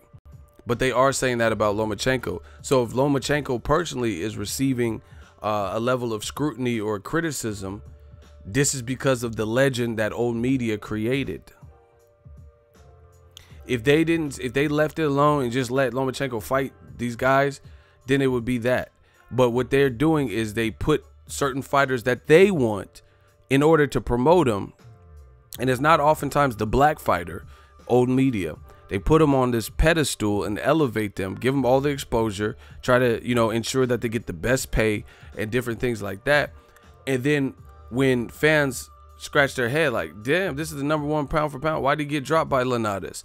Damn, why is, you know, Tank destroyed Pedraza at his weight class where he was had more fights and more title defenses, and then Loma, you know, doesn't look so hot with them. That's the #1. And then all of a sudden you see Top Rank put him in there with Anthony Corolla. Oh, it's a mandatory. They did that because he needed a break, because his first 2 fights he wasn't off to a good track. He wasn't off to a good track, meaning his reputation was taking a hit. He needed to produce a knockout. He needed to produce, you know, some of the magic that he won. Yes, he knocked out Jorge Linares, but he got knocked down in that fight too. Good punch, but it wasn't like a mind-blowing overall performance, you know? So he needed to fight against that, like a guy who he could blow out. And that's what they put him in there with. And he was 100-1 underdog. And people want to say, oh, like Max Kellerman, oh, I give Lomachenko extra credit because not everyone would have been able to do this. Shit. Not everyone. That's cool. But you're giving him extra credit. But Teofimo has less fights than Lomachenko. Doesn't have 2 gold medals. And I would honestly pick Teofimo to stop Anthony Corolla. Teofimo himself said on the ESPN interview, he said, Corolla, I would have stopped him in 2. So I don't give him extra credit. He doesn't lose credit, but he doesn't gain extra credit either. He's just, Lomachenko got through his last opponent. And the bullshit about it with old media is this. Nobody increased the repertoire, the ranking of Errol Spence Jr., and he destroyed his mandatory, who was bigger than him, significantly bigger. I was at the fight, significantly bigger. You know, he was a Mexican fighter. So, you know, some people say the Mexican style and Mexican heart or whatever. And he got destroyed in the first round. Right? And he was undefeated. Right? Ain't nobody said Errol Spence is #1 pound for pound because he destroyed Ocampo. You know, people are like, damn, that was a good performance by Errol. Keep it going. You know, that's what new media said. You never see me get up here and say anything that, because that fight showed me what I already knew about Errol. And that's good. You know, some fights are going to be like that. I'm not saying every fight's going to be Kell Brook and Thurman and Pacquiao and Porter. You know, he took care of business, mandatory. He couldn't get other welterweight. Cool. Same thing with Lomachenko. I have no problem with that. You know, Richard Comet's hurt. Mikey Garcia was moved up to welterweight. I have no problem with that. No beef with that at all. The only problem is old media hyping up a win like that and making it like this showed us some marvelous thing that we didn't already know about Loma. I keep saying this. They want to make it like I hate Loma and I'm anti this and I'm so angry Loma won. That's bullshit. I don't have anything against Lomachenko, but what I do have something against is the machine, the system that promotes this bullshit, because they know good and goddamn well after Errol Spence in less time, more emphatically, or just as emphatically knocked out his mandatory Ocampo, they didn't give him no superior credit. They didn't say, oh, this motherfucker, he's the next one up. Right? If Wilder stretches Dominic Breazeale, who's going to put him #1 pound for pound? That means he's knocked out everyone except for really Tyson Fury. You could say Stavern, but what happened in the rematch with Stavern, I don't really even count that as a person surviving because he got done up in the second fight. But, you know, if he knocks out Breazeale, his mandatory, which is, to me, Breazeale's a more dangerous fight with the whole backstory and the height and size and all that. At heavyweight is more of a damn. That's a more dangerous fight than Corolla was. You know, stylistically, it's a more dangerous fight for sure. Shout out to S. Dean. He said, facts, ego. He need a soft touch to push the narrative. Word. That's what I'm saying. That's why, and you could scream out Tank Davis and Mikey. They didn't put him in there with them. Before before Mikey Garcia was even signed on to Errol Spence, why didn't Top Rank send a real legit offer to Mikey Garcia to fight him instead of Anthony Corolla? Because you know these sanctioning bodies and different people, mandatories are mandatories, but Lomachenko just got to the division. You know, they have all the answers and extensions and exemptions when they want. So why don't you make the Mikey Garcia fight? I'm sure the sanctioning bodies would step out of the way for such a great fight, but they didn't reach out to Mikey like that, and he ended up fighting a welterweight in Errol Spence. They wanted to give Lomachenko this level of competition so he could do exactly what he did. So, you know, he didn't make the fight harder than it needed to be. Kudos for that. But like Max Kellerman talking about, I'm going to give him extra credit. That for what? How do you give someone that's like Golovkin when Golovkin fought Willie Monroe Jr. 80-1 odds. He was the 80-1 favorite. Ain't nobody gave except for the man fans, ain't nobody looked at that and been like, oh, Golovkin will murder Canelo. You know, you guys, I keep talking about this. I know what I'm saying is real. I don't care if I could be on my own. I could be Tom Hanks in Castaway. I could be the only person on the island. You know, I'll just be playing with volleyballs and drawing pictures and growing my beard out.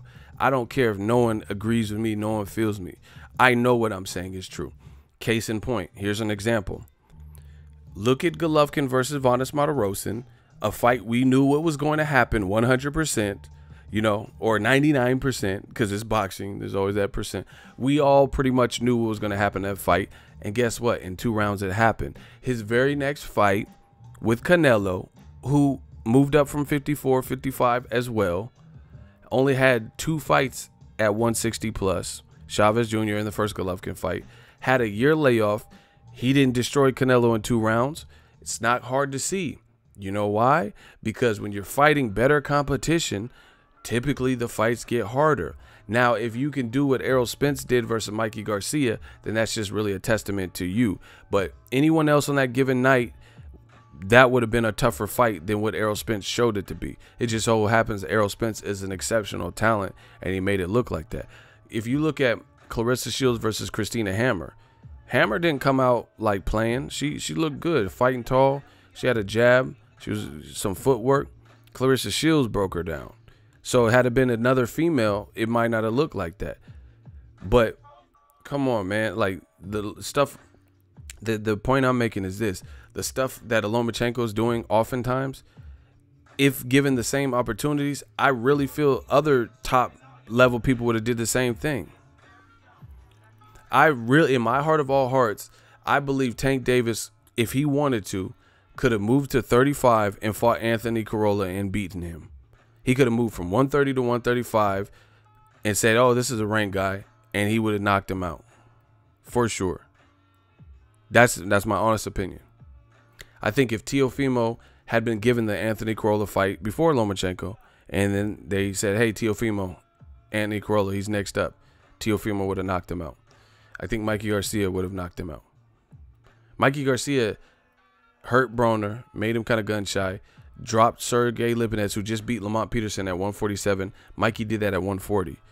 So who really believes that Mikey would lose to Anthony Corolla, you know, prior to fighting Errol Spence? Because we don't know how he's going to look ongoing. You see what I'm saying? And they know this. They know that. Just like I said, Triple G, he looked sensational versus Vanes Martirosyan. 2nd round knockout. Why didn't he look like that? He looked like and this is what old media does. When he fights Canelo again, Canelo was off a year layoff and he was new-ish to the 160-pound division. Only 2 fights in. And one was a tough fight with Golovkin. And why he knocked Canelo out in 2 rounds? Because Canelo's a monster. He's a beast. He not know Vanes Martirosyan coming off a 2-year layoff and a loss. You know, coming to get a paycheck and then, you know, been out of it so long, you don't even have your skills sharp.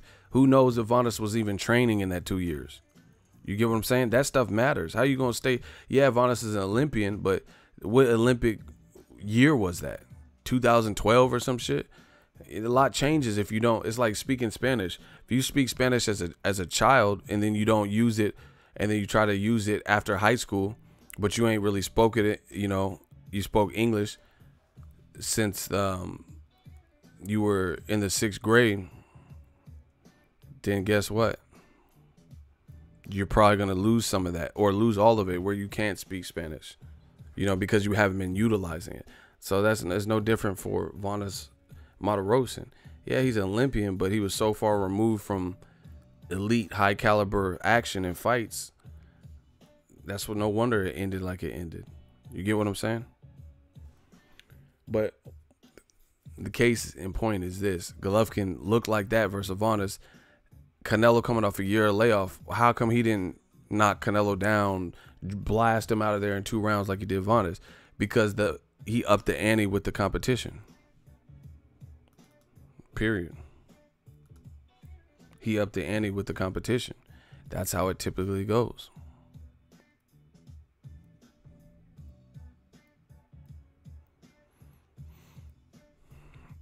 The rumors on new media was Loma was getting old, so old media had to bring him back with a light touch to make him look amazing again. See? That's what I'm saying. Like, the only people who are falling for it is like the people who want to fall for it. And that's usually the man fans. But what I'm saying makes perfect sense. And it is what it is. You start to mispronounce first the verbs ego, LOL, then the names. What does that even mean? I start to mispronounce the first the verbs ego, LOL, then the names. I'm not even sure what that means, to be honest. So that's just the reality of it. So yes, there's guys who are in line for a title or have a title, but they also have losses. Teofimo ain't got no losses. Lomachenko is aligned with him directly. If I'm not mistaken, Luke Campbell is with Eddie Hearns. So how can't you make the in-house fight? That would be a bigger fight. You're trying to sell something to ESPN Plus, American platform, right? And you're going to go the route of Luke Campbell, Richard Comey, as opposed to Teofimo. Why didn't Richard Comey fly out to the Lomachenko fight and ESPN have Richard Comey talking to Andre Ward, Max Kellerman, and Tim Bradley? Why didn't they have Luke Campbell there talking to Andre Ward? Why did they have Teofimo? Because this is who they're building up. This is the guy who's been making noise. Why didn't they have Luke Campbell there? So the world can hear Luke Campbell's thoughts. Give him some exposure. It's clear to see this stuff. L Flower says Loma was/is falling off in star power at the weight class. Teofimo is becoming the new face, so they set up that fight to make Loma look good. See, the real ones know what it is. There's nothing that anyone can tell me that I probably haven't thought of regarding this situation. Like I said, Triple G versus Vanes. We know he can beat a guy like Vanes coming from 54 to 160. But if he would have knocked Canelo out like he did Vanes, clearly that's going to show you more. And that's, I think, a pretty normal way of looking at boxing. The greater the threat level to your style, the greater the challenge, the more momentum the guy carries in, then the more credit you're ultimately going to get for defeating them or making it look easy. How you get all this credit and like, oh, see, this is why we have him pound for pound number one. He knocked out Anthony Corolla. Who is Anthony Corolla beat? Like, name an elite level person who's relevant right now that Anthony Corolla beat. Just name them. Name the people.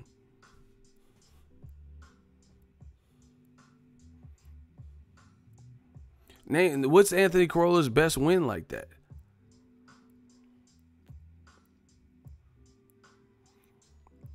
Smoke and mirrors. They making it sound like Anthony Corolla was steamrolling guys until he met Lomachenko, and then Lomachenko just derailed his whole shit. That's not what happened. If anything, that's Teofimo. He the one that's looking like the superstar and like steamrolling guys. So once again, if Lomachenko were to derail that, I would give him a lot of props. Like, damn, just like when Mayweather railroaded Canelo. Motherfuckers acting like Corolla. He has 6 losses. 2 from Jorge Linares. Knockout loss to Deary Matthews. Ain't nobody. Deary Matthews. Let me look at his current record. Deary Matthews. You know, Dairy Queen and Deary Matthews. Like, who is that? His current record is 38-12-2. And he has a 38% knockout ratio. But he had what it takes to knock it. And his last 3 fights he lost. He lost to O'Hare Davis, Luke Campbell, and Terry Flanagan. All UK guys. You know, he currently has 12 losses, and 9 of those 12 by knockout. This is the guy that knocked out Anthony Corolla in 2012. So what are we talking about? You're making it sound like Anthony Corolla. That's what I'm saying. I'm not saying Lomachenko loses he doesn't lose anything by winning. So I'm not saying, oh, we should rate him, like, you know, take away credit for him. What I am saying is you got to put the win in context. That's what I am saying. You got to put every win in context. Like I said, the greater the threat level to the person that you're facing, and then how you look, you know, how much momentum they carry, how the styles gel, that's going to ultimately determine who you beat. Like, this is not rocket science, people. Like Devin Haney. Devin Haney knocked out Mason Menard, right? Mason Menard, not a huge name, but he had been knocked out already by Ray Beltran, right? That's good for where Devin Haney's at in his career. But obviously, if Devin Haney beat Lomachenko, or he beat someone who's Mikey Garcia, somebody who's highly touted or rated, then that's obviously going to mean more, and it's going to show people more than Devin Haney beating Mason Menard. This is very basic 2 + 2 math. Lomachenko beat 100-1 underdog. Good job. You did what you were supposed to do, just like Errol Spence when he fought his mandatory that no one had heard of, Carlos Ocampo. Good. You captured a W. You advance. You know, you're still continuing your win streak. But like I said, nobody said Errol Spence was #1 off of that sole performance. Like, oh shit, I'm giving Errol extra credit. You just looked at it like, damn, this man's a monster. I told y'all. That's what you look at it. But you're not like, oh yeah, this performance right here showed me everything. Like, nobody's doing that. But they do that for Lomachenko. And the guys that old media wants to put on the pedestal, Triple G and all these other people. Real talk. Once again, people get mad, and I love it. Black fighters, black and brown fighters, got to do all these risks and walk through fire, typically, to make their name in the game, to get the proper paychecks. Wilder had to fight Tyson Fury, who's 3 inches taller than him or whatever, outweighed him by 50, 60 pounds, and a good boxer at that, and is undefeated. No one beat him in the ring. He had to fight Luis Ortiz just before that. Now he's taking care of his mandatory, who's also outweighing him. This is what he has to do for greatness. And all the while he's pursuing guys like Anthony Joshua. And it appears that Joshua's side wasn't ready for that, right? Mikey Garcia, win, lose, or draw, he jumped up 2 weight classes to try to show everybody that he could beat Errol Spence. Came up short, but he still tried it. We don't see Triple G jumping up 2 weight classes, but he gets the most praise. We don't see Lomachenko jumping up 2 weight classes, and he moves up 1. Nobody even told Lomachenko to move up. That's the other thing. Y'all fucking kill me. Nobody even told Lomachenko to move up from 130. There were still good fights like Gervonta Davis and Miguel Berchelt and Machado and Andrew Cancillo or whatever. There was still some work at 130. He didn't unify, didn't attempt to unify, and he said he was moving up. He said he wanted to move up for whatever reason, moved up. The first 2 fights were harder than maybe people anticipated. He got dropped in one, didn't look sensational in either, like, as he didn't dominate the rounds like he was doing in 126 and 130. And then now they come in with the built-in excuses. Oh, Lomachenko's shoulder. Oh, Lomachenko. Guess what? Guess what, people? Deontay Wilder fought Chris Arreola, and his hand was like broken and fractured in the fight. He came back off of surgery, and he fought guys like Luis Ortiz. Keith Thurman beat Jose Cito coming off a 2-year layoff and a surgery on his elbow. But Lomachenko, oh, it's his shoulder. This is not the fully healthy Lomachenko. No fighter is fully healthy. You know, no person is probably fully healthy. Like, where you just wake up, you know, no matter what, and, you know, perfect health, and, you know, your back doesn't ache or tweak. You didn't sleep wrong, your neck. So, you know, these fighters, they put their bodies through the ringer. Nobody's probably fully 100% healthy, no issues, no, you know, broken nose or punctured lungs and shit. Like, nobody's probably fully 100% healthy. And they always have an excuse. Oh, Lomachenko, it's because his shoulder. Oh, this is not his true weight class. Who told him to move up? I don't get it. There's great fights at 130 for him still. He didn't try to unify. Now all he can think about is unifying. When the division and there's free belts if Mikey vacates, and then the champions aren't like established champions. You're not fooling anybody. Pedraza had, listen, this is what they did with Triple G. Tell me if I'm lying. Triple G had all them belts. One, Canelo vacated, you know, he didn't fight him, so he got stripped of the belt. Triple G got a free WBC belt. Triple G fought David Lemieux, who fought for a vacant belt against Hassan Endam, a guy that conveniently Triple G might fight next. And then Lemieux beat Hassan Endam. His first title defense was against Triple G, who has a silver gold medal and is undefeated, good jab, good puncher. Right? They're not, Triple G, well, it's not like he even fought, like he was fighting some long-standing reigning champion to take their belt from him. He didn't do that. He got a free belt from Canelo, which is, you know, Canelo's bad because he vacated, but he didn't, the bottom line, he didn't have to fight Canelo in 2016 to get that belt, right? And take it from him. He fought Lemieux, but again, this wasn't an established champion. He had no title defenses. This is the same setup for Lomachenko. Jorge Linares, you know, he was a champion with some title defenses, but he hadn't even really been looking good. If you really watch it, he had Luke Campbell. He started off real sharp, but then he kind of faded in the middle. And then he picked it up back towards the end, and then he ended up winning. But he didn't really look great in the middle, and he started off really well, and he even knocked Luke Campbell down. See, I watch boxing. Some of y'all motherfuckers talk, but y'all don't watch boxing.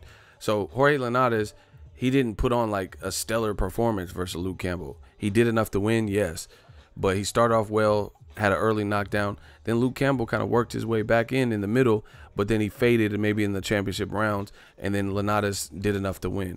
Mercita Hesta, that was on the Lucas Matisse versus the guy from Thailand card on HBO, and it was a horrible card, and that wasn't a great performance either. And then he fights Lomachenko, and he's been stopped before. You know, Jose Pedraza came off of the win, Ray Beltran win, and got a title. He only had 2 fights at 140. 2 fights. And then one win was against Ray Beltran, who every time Ray Beltran stepped up with the bigger names, he lost. And he failed a PED test. These are facts. When he stepped, it'd be one thing if Ray Beltran beat Crawford, and then that's how he got the belt. But he didn't. He also fought for a vacant belt. So this is what they're doing with certain fighters that they want to plug. They're building them under the pretense of so many belts in boxing, and they're thinking people don't know the history of how the belts came into the picture. But when you break it down, we see it. We see it. Like, it's like you're getting pretty much in the easiest path to a title. Now, I'm not saying that you're not good. You still have to be good to beat guys. But we know Lomachenko is good. We know Triple G is good. We know Kovalev is good. We know like different people are good. But some people don't have they're like, oh, it's a unification. But what would really mean something if you dethrone somebody who is a respected person in that division, and nobody can fuck with that division, or nobody can fuck with that person in that division until they met you. That's the difference. Like Oscar De La Hoya, when Shane Mosley, he moved up 2 weight classes, had some tune-ups, and then he fought De La Hoya. De La Hoya was he's a gold medalist, and he was a respected person in the welterweight division. Respected. Everybody know who De La Hoya was. He had already beaten Julio Cesar Chavez twice. Everybody knew who the fuck he was, right? So for Shane Mosley to conquer that actually meant something, because De La Hoya was a gold medalist, and he had already beaten Arturo Gatti and Ike Corte, shit like that by the time he even fought. He had already had a win over Pernell Whitaker by the time he even fought Shane Mosley. So Shane Mosley went in there with a guy we respected. Actually, Gatti, I think, was after Shane Mosley. I think it was like the fight after. But you guys get what I'm saying. He had already beaten Felix, or he lost to Felix Tito Trinidad on paper, but he really won the fight. You get what I'm saying? But he had already beaten Ike Corte and Pernell Whitaker, Chavez twice, shit like that. He already beat Hector Camacho. So for Shane Mosley to be able to beat Oscar De La Hoya, that actually meant something. But Pedraza, he's solid, but he was literally 2 fights removed from being stopped by Tank in a lighter division. So he wasn't like this upstanding 140 known dominant champion. That's what I'm saying. It's smoke and mirrors. Mikey Garcia, he's proven more at 135 and 140 than Pedraza had at 140. Pedraza only had 2 fights. And the fight that he won to get the title was Ray Beltran, a guy with several losses that stepped up against guys like Ricky Burns. I thought he won that fight for the record, but they didn't give it to him. So he didn't get to live like a champion. Terrence Crawford schooled him, etc. And then that's the other thing. And then on top of that, Pedraza was doing well for himself, being a new person in Division 2. But that's what they try to sell you this stuff as under the guy. Oh, this is a champion. They're making it like he's an Oscar De La Hoya champion, but it's not. You're not an Oscar De La Hoya type of champion unless you have the body of work where people respect you, especially in or around that division. That's the difference. Like I said, by the time Shane Mosley fought, the reason why he's a legend forever, because he beat De La Hoya twice. Second one was pretty close. But the first fight, he beat him. He beat him both times. But De La Hoya was already respected. You know, he had already fought Hector Camacho, Julio Cesar Chavez, Ike Corte. He really beat Felix Tito Trinidad, right? He already had all these fights in tow, and he was coming from the Olympics. He was a gold medalist. He had racked up all these wins. So for Shane Mosley to be able to move up, take 2 tune-ups or whatever, and then beat De La Hoya, it meant something. Beating Pedraza, he wasn't no man to beat. Luke Campbell ain't no man to beat. He has 2 losses. So even if you fight because he's ranked and you fight him, they're going to try to sell it because he's a gold medalist, but he's been fighting and beating domestic level guys. He ain't. Who's Luke Campbell beat?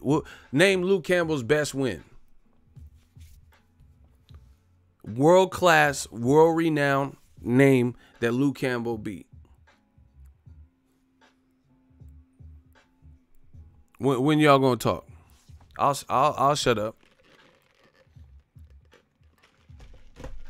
Name Luke Campbell's best win, especially recently, preferably recently. Name a world beater or somebody that was a marquee name that we all respect that Luke Campbell beat. Luke Campbell's best win may be Corolla. And he fought him after Corolla had already been stopped too. Luke Campbell's best win was his meat. Pause. Wow. See, this is what I'm saying. So you guys, you have to have understanding of boxing. And see, this is the thing. Top Rank, they know this stuff. They understand boxing. All these promoters understand boxing. So they know this stuff too. You have to reverse engineer this stuff. You got to reverse engineer it. They're like, oh, he's a gold medalist. You know, his record doesn't look bad. So that's what they're going to pump up the volume, pump up. That's what they're going to use. Oh, shit, he just beat another gold medalist. He's the Slayer. But those fights don't really mean that much. Like, who's Luke Campbell? And see, this is the thing. I actually like Luke Campbell. I don't think he's a bad fighter, but he hasn't proven to be like the best or this mythical lion. Like, see, I would rather see Luke Campbell versus Devin Haney because that's a good fight because where Devin Haney's at, Devin Haney probably hasn't fought anyone at even Luke Campbell's level. You know, a gold medalist, solid resume. But Lomachenko, we know he's a good fighter, but he's further along in his career. He has 400 amateurs. He's older than Devin Haney. So it's like, that's the type of fight. So yeah, if Teofimo were to beat Luke Campbell or Devin Haney or Ryan Garcia or something, that would make sense because these are guys. Luke Campbell's 31 years old. So these are like young 20, 21, 22-year-old guys with less pro level experience than he has at the moment. So yeah, it would be more impactful if they do it. Like, okay, here's another example. I'm killing y'all motherfuckers, bro. You got to look at the matchup. Shakur Stevenson is stepping up on the Crawford Khan card, and I'm looking forward to the fight. Shout out to Shakur. Shout out to Jersey. Shout out to Brick City. Michael B. Jordan. You know, shout out to Jay Prince too. Managing him. That's a fight I'm looking forward to. He's fighting Christopher Pitbull Diaz. That's a good fight, right? That's because Shakur Stevenson is young, and that's a step up for where he's at right now. That's a good fight. But I wouldn't want to see Mayweather versus Christopher Pitbull Diaz, or necessarily like Gary Russell Jr., or, you know, or somebody who's further along in their career. That's what, you know, no one's trying to see Pacquiao versus. So you got to look at the matchup. You got to look at the matchup, you know, that's impressive. Like, like I say, it's about putting it in perspective. That's a good win for Shakur Stevenson, where he's at in this point of his career.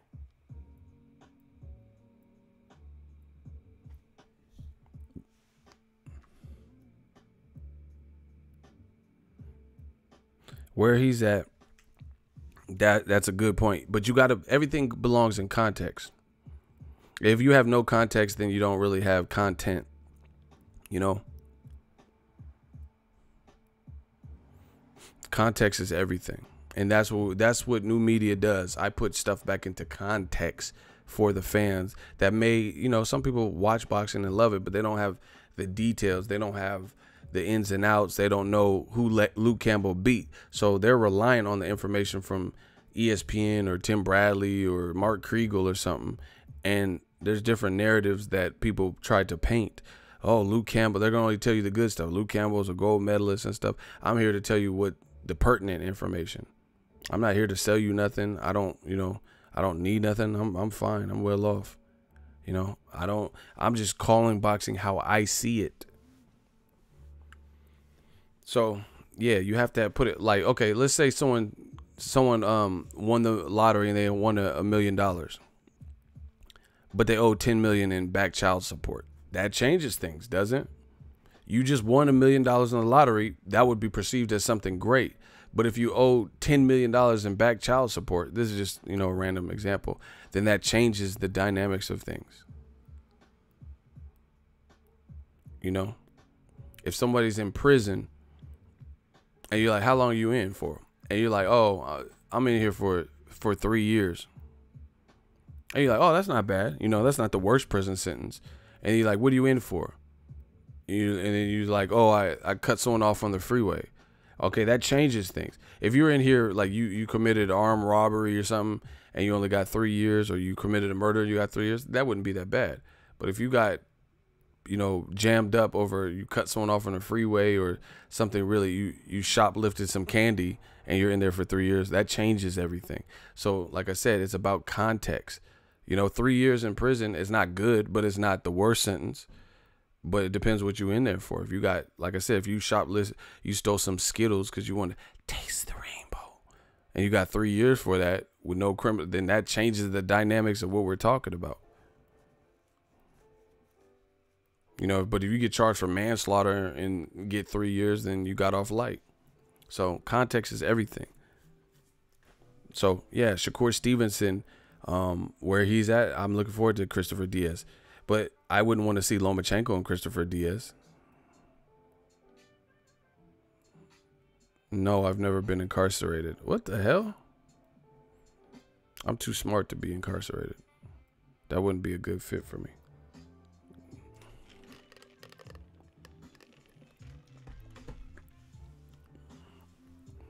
So that's what they try to strip away your ability to think about the perspective by trying to feed you something. So yeah, Luke Campbell, he might be next up for a title shot, but that doesn't mean it's a better fight than Teofimo. I think stylistically, Teofimo got more work.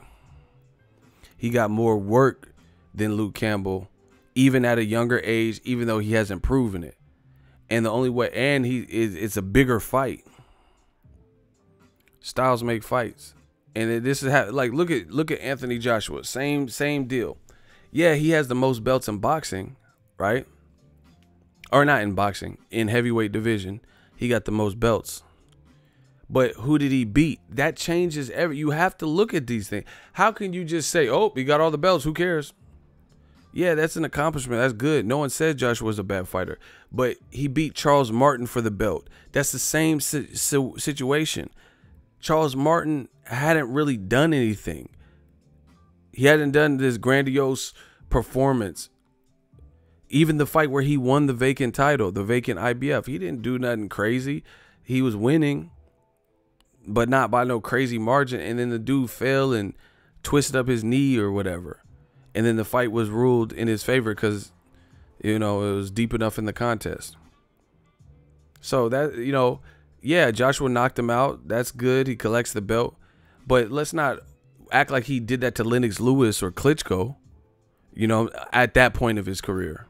He did end up knocking it. But, you know, he didn't knock out Vitaly Klitschko or Lennox Lewis. Those things matter because we know, like, I'm not even being funny.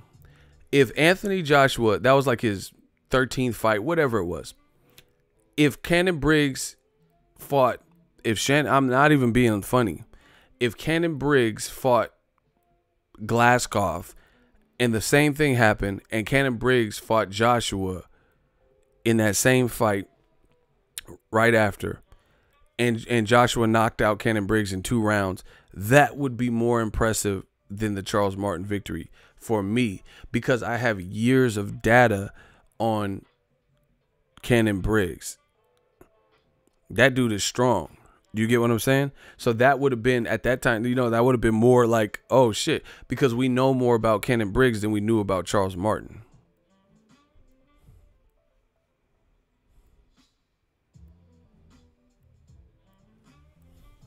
You get what I'm saying?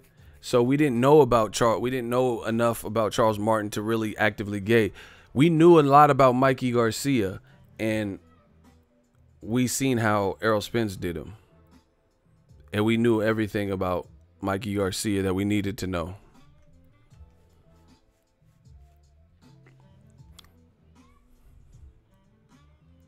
Smoke Duggan, you lost in the sauce. You talking about Shannon Briggs is old as hell now. We're not talking about now. I said when Joshua fought Charles Martin. That was years ago.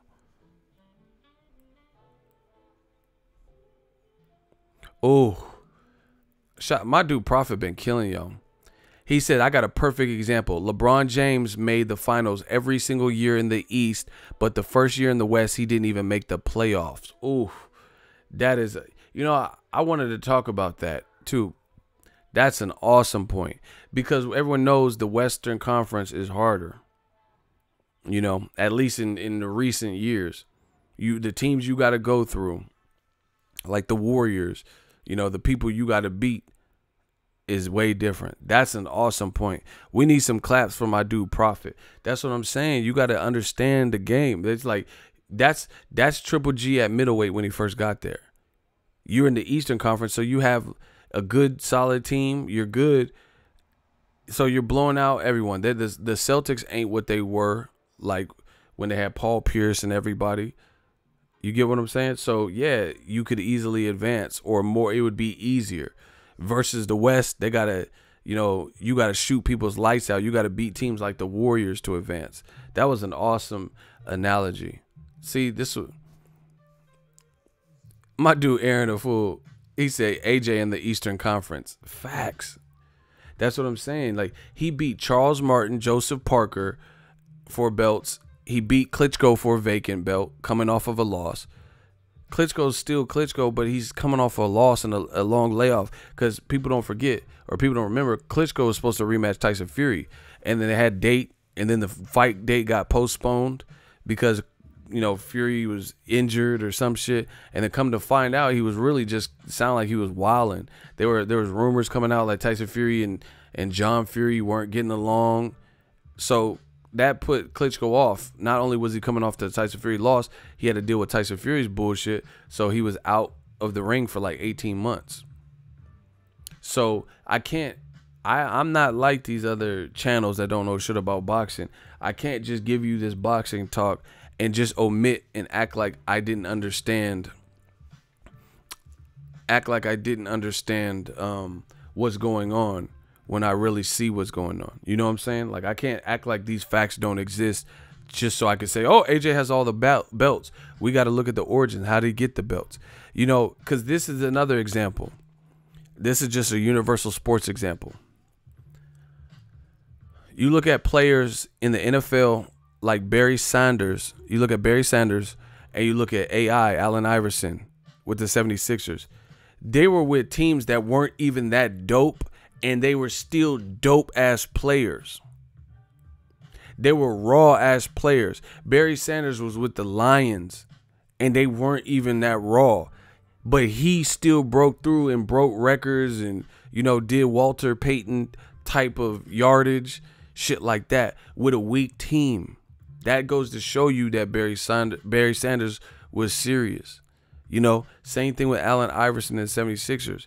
76ers were never this huge stacked team like that, like some of the other teams that we've seen in the league. And Allen Iverson was still crossing fools over in the answer and dropping 81. You know, I forgot how much he got, like 80 points in games and triple doubles and double doubles.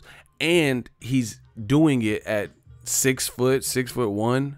So he's like, real small. Like, you know, I think Russell Westbrook is bigger. So he's small for point. You know, Allen Iverson, let me look at his height. Allen Iverson, 6 foot. Yep.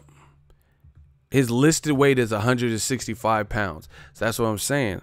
Wow. He only weighed 165? That's crazy.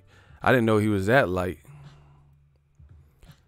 So you got a point guard weighing with the Charlos weigh and shit, going up against these big ass centers and shit, and still getting buckets and like dishes, crazy ass dishes and all types of shit, bro. Crossing people over and breaking ankles. So yeah, that makes it more legendary what you did, because you did that with not that many resources and you still did it. You get what I'm saying? So you always got to respect it. Just like Nipsey Hussle. Nipsey Hussle didn't have like the big record label backing, and look at how much people he touched from kind of like an entrepreneurial spirit and an independent hustle. You got to give credit to that.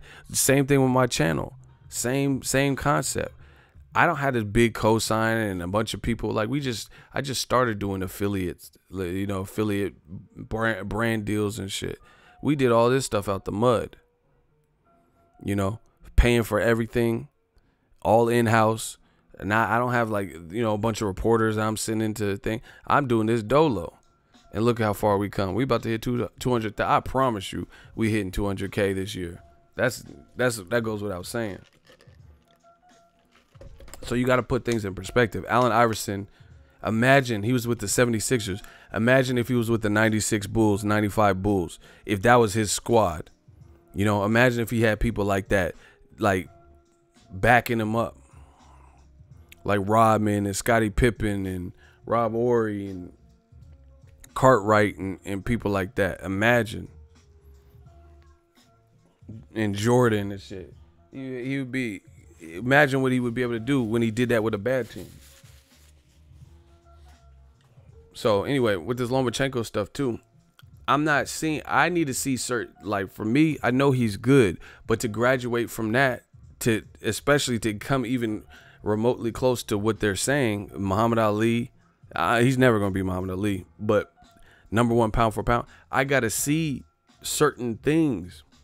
In my honest opinion, Amir Khan, another British fighter, has more of a style that could give Crawford problems, that Crawford is going to have to figure out and show you what he's talking about, than Corolla had work for Lomachenko. Who disagrees with that statement? I'm going to say it again.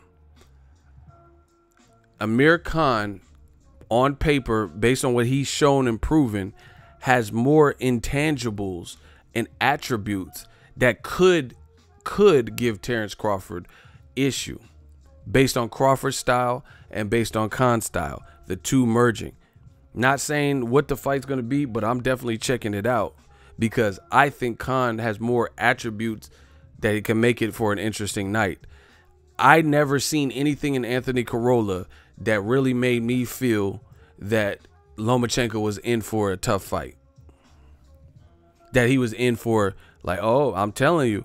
I even said Maidana, coming off the Broner win, teaming up with Robert Garcia, could give Floyd some issues. I said I'm still rocking with Floyd, which he won.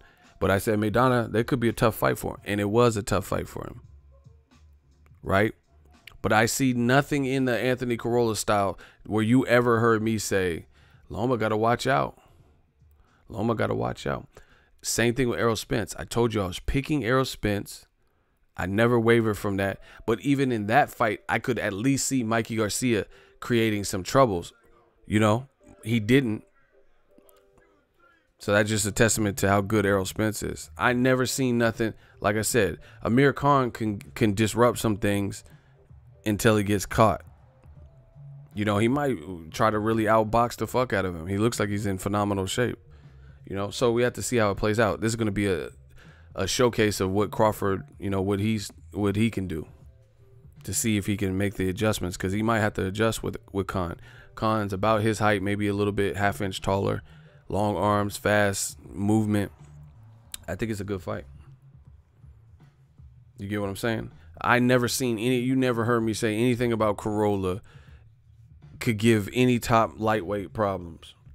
No one was even talking about Corolla. Who named someone that made a video talking about Anthony Corolla? Mikey needs to watch out for Anthony Corolla. I'll wait. That's what I'm saying. See, motherfuckers is talking about Teofimo. Hey, people got to watch out. Teofimo looks serious. But you ain't never heard nobody, at least in America, that I've seen, talking about, oh, Anthony Corolla, Mikey Garcia better back. Robert Easter better, you know, stay away from, you know, but this is the conversations that you hear in divisions when there's a known threat. These other welterweights need to leave Errol Spence alone. These other women need to leave Claressa Shields alone. You know, people better stay away from Wilder at heavyweight. That dude's power is real. You know, people need to watch out. Canelo is improved since the Mayweather fight. He ain't playing. He's hitting hard as fuck. He's getting better and better. You ain't never heard nobody talk with the same energy that they talk about Wilder or Canelo or Crawford or Spence about Anthony Corolla outside of the UK. I ain't never heard nobody say Robert Easter when he was a champion, Mikey Garcia, Lomachenko, Jorge Lanat. None of these dudes need to be on the lookout for Anthony Corolla. So stop playing with me.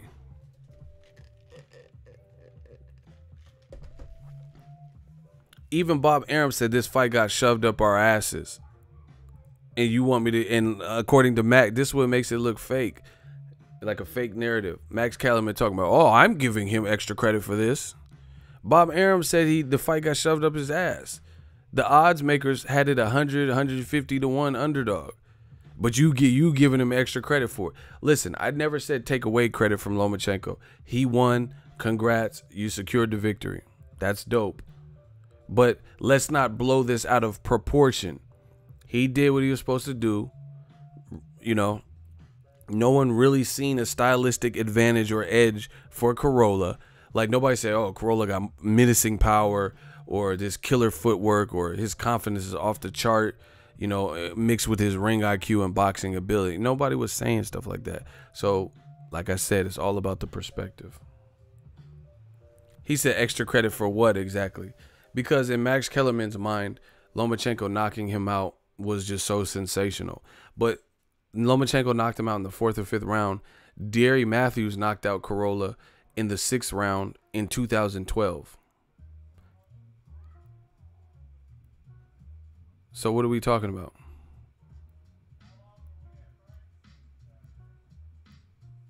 So 7 years ago, Deary Matthews did what Lomachenko just did last Saturday. And nobody even talks about Deary Matthews. And he did it right around the same. You know, he did in the 6th round. Lomachenko did in the 4th round. But Lomachenko fought the version of Anthony Corolla that had a combined 6 losses, including the Deary Matthews knockout. So it's not like Corolla just bounced back and went and did all these triumphant things. And he didn't even beat Jorge Linares twice. But Max is giving him extra credit. Okay. This is the narrative that they want to push. But what I'm saying is real boxing heads know what it is. This looks like HBO 2.0, and it's really a disservice to the fighters and other fighters when you go overboard. This is what the whole conversation is. It's not even taken away from Lomachenko being a good fighter. It's not taken away from his 2 gold medals and amateur pedigree. It's overboard. What they're saying, until it's proven at a higher level, is embellishing and going overboard. You're giving him all this credit for a Corolla victory. Yeah, of course, we're not haters. Give him credit for a victory, fine. But put that victory in perspective. That's all we're asking for. If Joshua knocks out Charles Martin, shout out to you. You won your first title, great. If you knocked out Wilder, you're getting more credit because Wilder has done more. He's held on to the belt since 2016 and effectively maintained that belt. Fought Luis Ortiz, Stavern twice, fought against Tyson Fury. So if Joshua knocked him out, we can't act like that is not a more significant, with the momentum and the power of Wilder, the height of Wilder, all these things combined, we can't act like that means less than another guy with the title, Joseph Parker or Charles Martin, because we know good and goddamn well what a mismatch is and what's a competitive fight. Just like Canelo. If Canelo beats Jacobs, this fool is raw. He's raw because I rate Jacobs. I know he's a good middleweight. I know him personally. So Canelo's raw if he can beat him. Same thing, vice versa. If Jacobs beats Canelo effectively, then he's raw because I know how good Canelo is. And Triple G didn't beat him effectively. So if Jacobs does it, I'm like, whoa, signature win, legacy win. But it's not the same as Jacobs beating Caleb Truax or Sergio Mora or somebody like that. Like, of course, if you beat Canelo, that's a different league of victory. Canelo, if he beats Jacobs, that's a different league of victory than knocking out smaller Amir Khan. Beating Rocky Fielding. And you guys with old media, you could try your damnedest. You could try hard. But you look horrible. You look crazy because you over exaggerate the victory instead of just like Lomachenko said he's back in September. Cool. Let's see who he fights. You got to win. You secure that. Rest up. Spend time with your family. Cool. But old media, I told you, they're the problem. This ain't us. It's them. They're the ones putting this pressure on him. So if they keep saying this stuff, then we gonna keep saying our stuff, and we're gonna keep discussing it.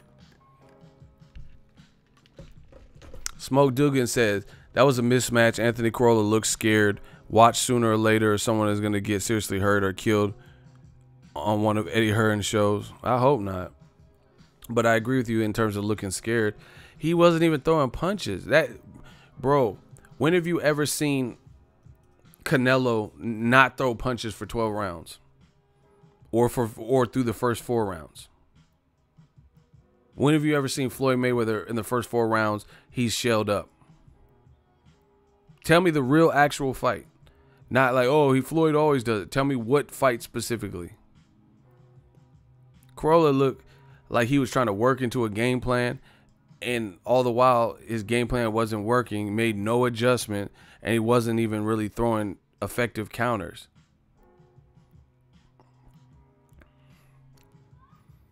Teofimo says what I've said to you guys. These guys seem spooked of the aura of certain guys, the Triple G and Lomachenko. They're good fighters, but if you come in shook to begin with, then that's how you're gonna fight him, and it's not gonna. He has that aura over you. But if you come in like Maidana versus Broner or Floyd, then you have a chance if you have the right intangibles like power. You can you're willing to get hit to try to counter, or you have a slick enough defense where you don't get hit. You can't just let Lomachenko come in and punch you upside the head 7-8 times and then move to the side and punch you 2 more. How could anyone win like that? Corolla was not throwing nothing of note. Like, this is what I'm saying. You guys are probably going to say I'm crazy. And I wish there was a way to prove it. Danny Garcia and Ruslan Provodnikov at 140, if Lomachenko were to fight either one of them, two different styles, that would be a difficult fight for Lomachenko. For sure. For sure. Ruslan, he don't give a fuck. I ain't ever even seen nobody really discourage Ruslan Provodnikov like that. That motherfucker be eating raw moose liver and shit. And then on top of that, he hits like a truck. So Ruslan Provodnikov would be hard because Lomachenko with that jumping in, and switching up, you're going to have to keep this guy off you because he doesn't stop. That's a type of style. That's what I'm saying. That like that, a fight with Ruslan, not now because I don't even know where Ruslan's been. But that is a fight that would show that. See, because then Lomachenko, defensive lapses and stuff that he has it. If he were to get caught big by Ruslan went to war with Pacquiao, I heard, in sparring. We seen he had Tim Bradley doing backflips and cartwheels and windmills and shit. His power is for real. Mauricio Herrera beat him and his face looked like shit after. Chris Algieri beat him and his face looked like shit after. You gonna have to walk through. Lucas Matisse almost got stopped in the Ruslan fight in the later rounds. See, once again, new media, y'all don't know shit about boxing. A lot of y'all. That would be an extremely hard, especially, and then you see Lomachenko getting knocked down at 35, or he had got one knockdown by Jorge Linares, who wasn't even doing good in the fight. Up at that point where he produced the knockdown, Linares wasn't even really doing great in the fight. He wasn't even really throwing. Ruslan will throw with you. He don't care. And I know for a fact Lomachenko don't. I would be shocked if Lomachenko stopped Ruslan. Because Matisse was hitting him with some hard-ass shit to the point where he was peeing blood after. I seen the little picture. He had the little pee cup, the little urine sample, and it was like maroon, like burgundy. And he walked through all that shit, bro.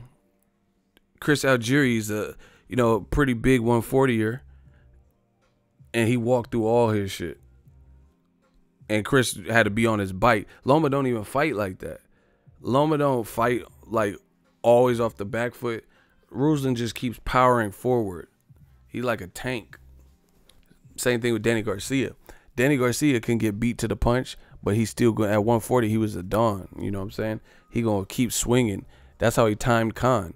See, you got to do stuff like that with Lomachenko. You got to time him coming in. And fighters, they get shook. You know what I'm saying? Danny Garcia, watch the Amir Khan fight. Amir Khan was busting him up. Danny Garcia kept trying for the hook, kept trying for the hook, kept trying for the hook. Meanwhile, his face was getting fucked up and touched up because he's not Pernell Whitaker with the defense. He's cool. He's not the worst with the defense, but he was getting cut up from leather. Each. But he kept persisting. And then finally, that hook lined up when Khan jumped in, out of position, boom. That Philly shit. Bow! Amir Khan drops and falls, and he never really recovered. You got to do shit like that with Loma. You can't just, like, people try it and it's not working, so they just get discouraged and stop showing. Man, I would, if you're a fighter with power, shoot the uppercut and keep doing it. And then eventually you might keep getting closer and closer. I think an uppercut would be awesome if someone had a good uppercut, because Loma likes to jump in. How you going to come from, if someone come underneath with some shit you don't see because you too busy trying to get your work off and anticipate your next move and stuff. Look at even Floyd. Floyd has great defense. Conor McGregor caught Floyd jumping in because Floyd underestimated Conor. Like, this dude ain't got no work for me.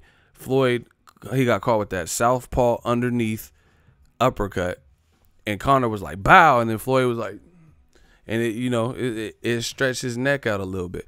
That's why a guy like Tank has nasty punches. He has an uppercut. That wouldn't be good for Lomachenko. his straight left is looking kind of crazy lately. His straight shots, those shots aren't good for Lomachenko, bro. Tank will take risks in that because he knows he has power to hurt you. Now, if Tank just shelled up and then did with Anthony Corolla, then he can't win. But if he fights like he always fights, you know, because you got to look at it.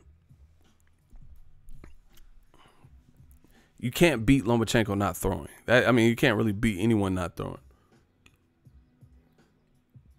You got to punch with Lomachenko. That's just really what it is. And like, obviously, punch with authority, and if you have punching power, those types of things are going to dramatically help. Tank, you're not going to walk through his shots. I really feel like Tank shots would make Lomachenko think twice about coming in. Because look at the Jorge Linares after, see, you guys, y'all fall for like gimmicky bullshit, like nicknames and all that shit, and you don't really know what the fuck you're talking about when it comes to boxing. Lomachenko, after it got dropped by Jorge Linares, he started fighting different. Watch it. Go watch it. After he was doing all this bouncing around, feeling himself, arrogant, regular Lomachenko, Matrix, blah, blah, blah. Then when he got caught with that shit, he slowed it down several touches. Several. Like, damn, okay, he just dropped me. That's embarrassing. I'm the Matrix. I got to come correct. And that's what anyone would do in those situations, unless they have no common sense. You know, they just like a Ruslan Provodnikov, and they're just going to try to plow forward or get knocked out. So if Tank hit Lomachenko with some tough ass shit, and he felt it like an uppercut that he didn't see, and you know, and he feels the effects of it, I highly doubt he's going to just keep jumping in like that. Because who wants to keep jumping into the shit they getting hit with? You know, if you see a guy and someone's just like Canelo's fucking your body up, just bow, like Rocky Fielding. Rocky Fielding was going like this and knees tucked and taking a knee and looking at his Canelo's fucking that man's body up. Nobody wants to keep getting blasted with some shit like that. So, you know, the thing is, you have to discourage Lomachenko. And if you have power and you punch with him, then you have a shot to at least discourage him, but you have to work on your accuracy because he's fidgety. Period. That's what Teofimo, you know, I think he has the boxing skill. He has good footwork himself. He has size and he has respect. Power you must respect. So that changes the dynamics of the fight. I'm not saying he absolutely beats Lomachenko, but it's a fight I'd be willing to pay for to see the outcome. You know, see, a lot of these emotional man fans, they think I'm trying to set Lomachenko up to fail and all this old bullshit. It's not about that. But I'm saying if you're rating him up here, these fights will tell me more. Because I'm not saying it's an easy fight for Teofimo either. I'm saying I want to see it as a fan. But only in modern boxing do you have these punk ass fans who make excuses for why good fights shouldn't happen. You get what I'm saying? They're happily, fuck Lomachenko and Teofimo and Mikey Garcia. Even though those are better fights, I like Luke Campbell fight. Knowing you ain't said shit, 2 words about no fucking Luke Campbell, unless you're talking about 2 Live Crew. You ain't had nothing to say about Luke Campbell. Now all of a sudden, you want to see you some Lukey, some Lukey Dookie. Come on, man. Y'all not fooling nobody. Now all of a sudden, when Robert Easter was fighting the undefeated Richard Comey, and you're like, oh, this is a bum fight. Now all of a sudden, Richard Comey, that's a good fight. He's a champion. And now you like Richard Comey. Get the fuck up out of here. Listen, I'm out.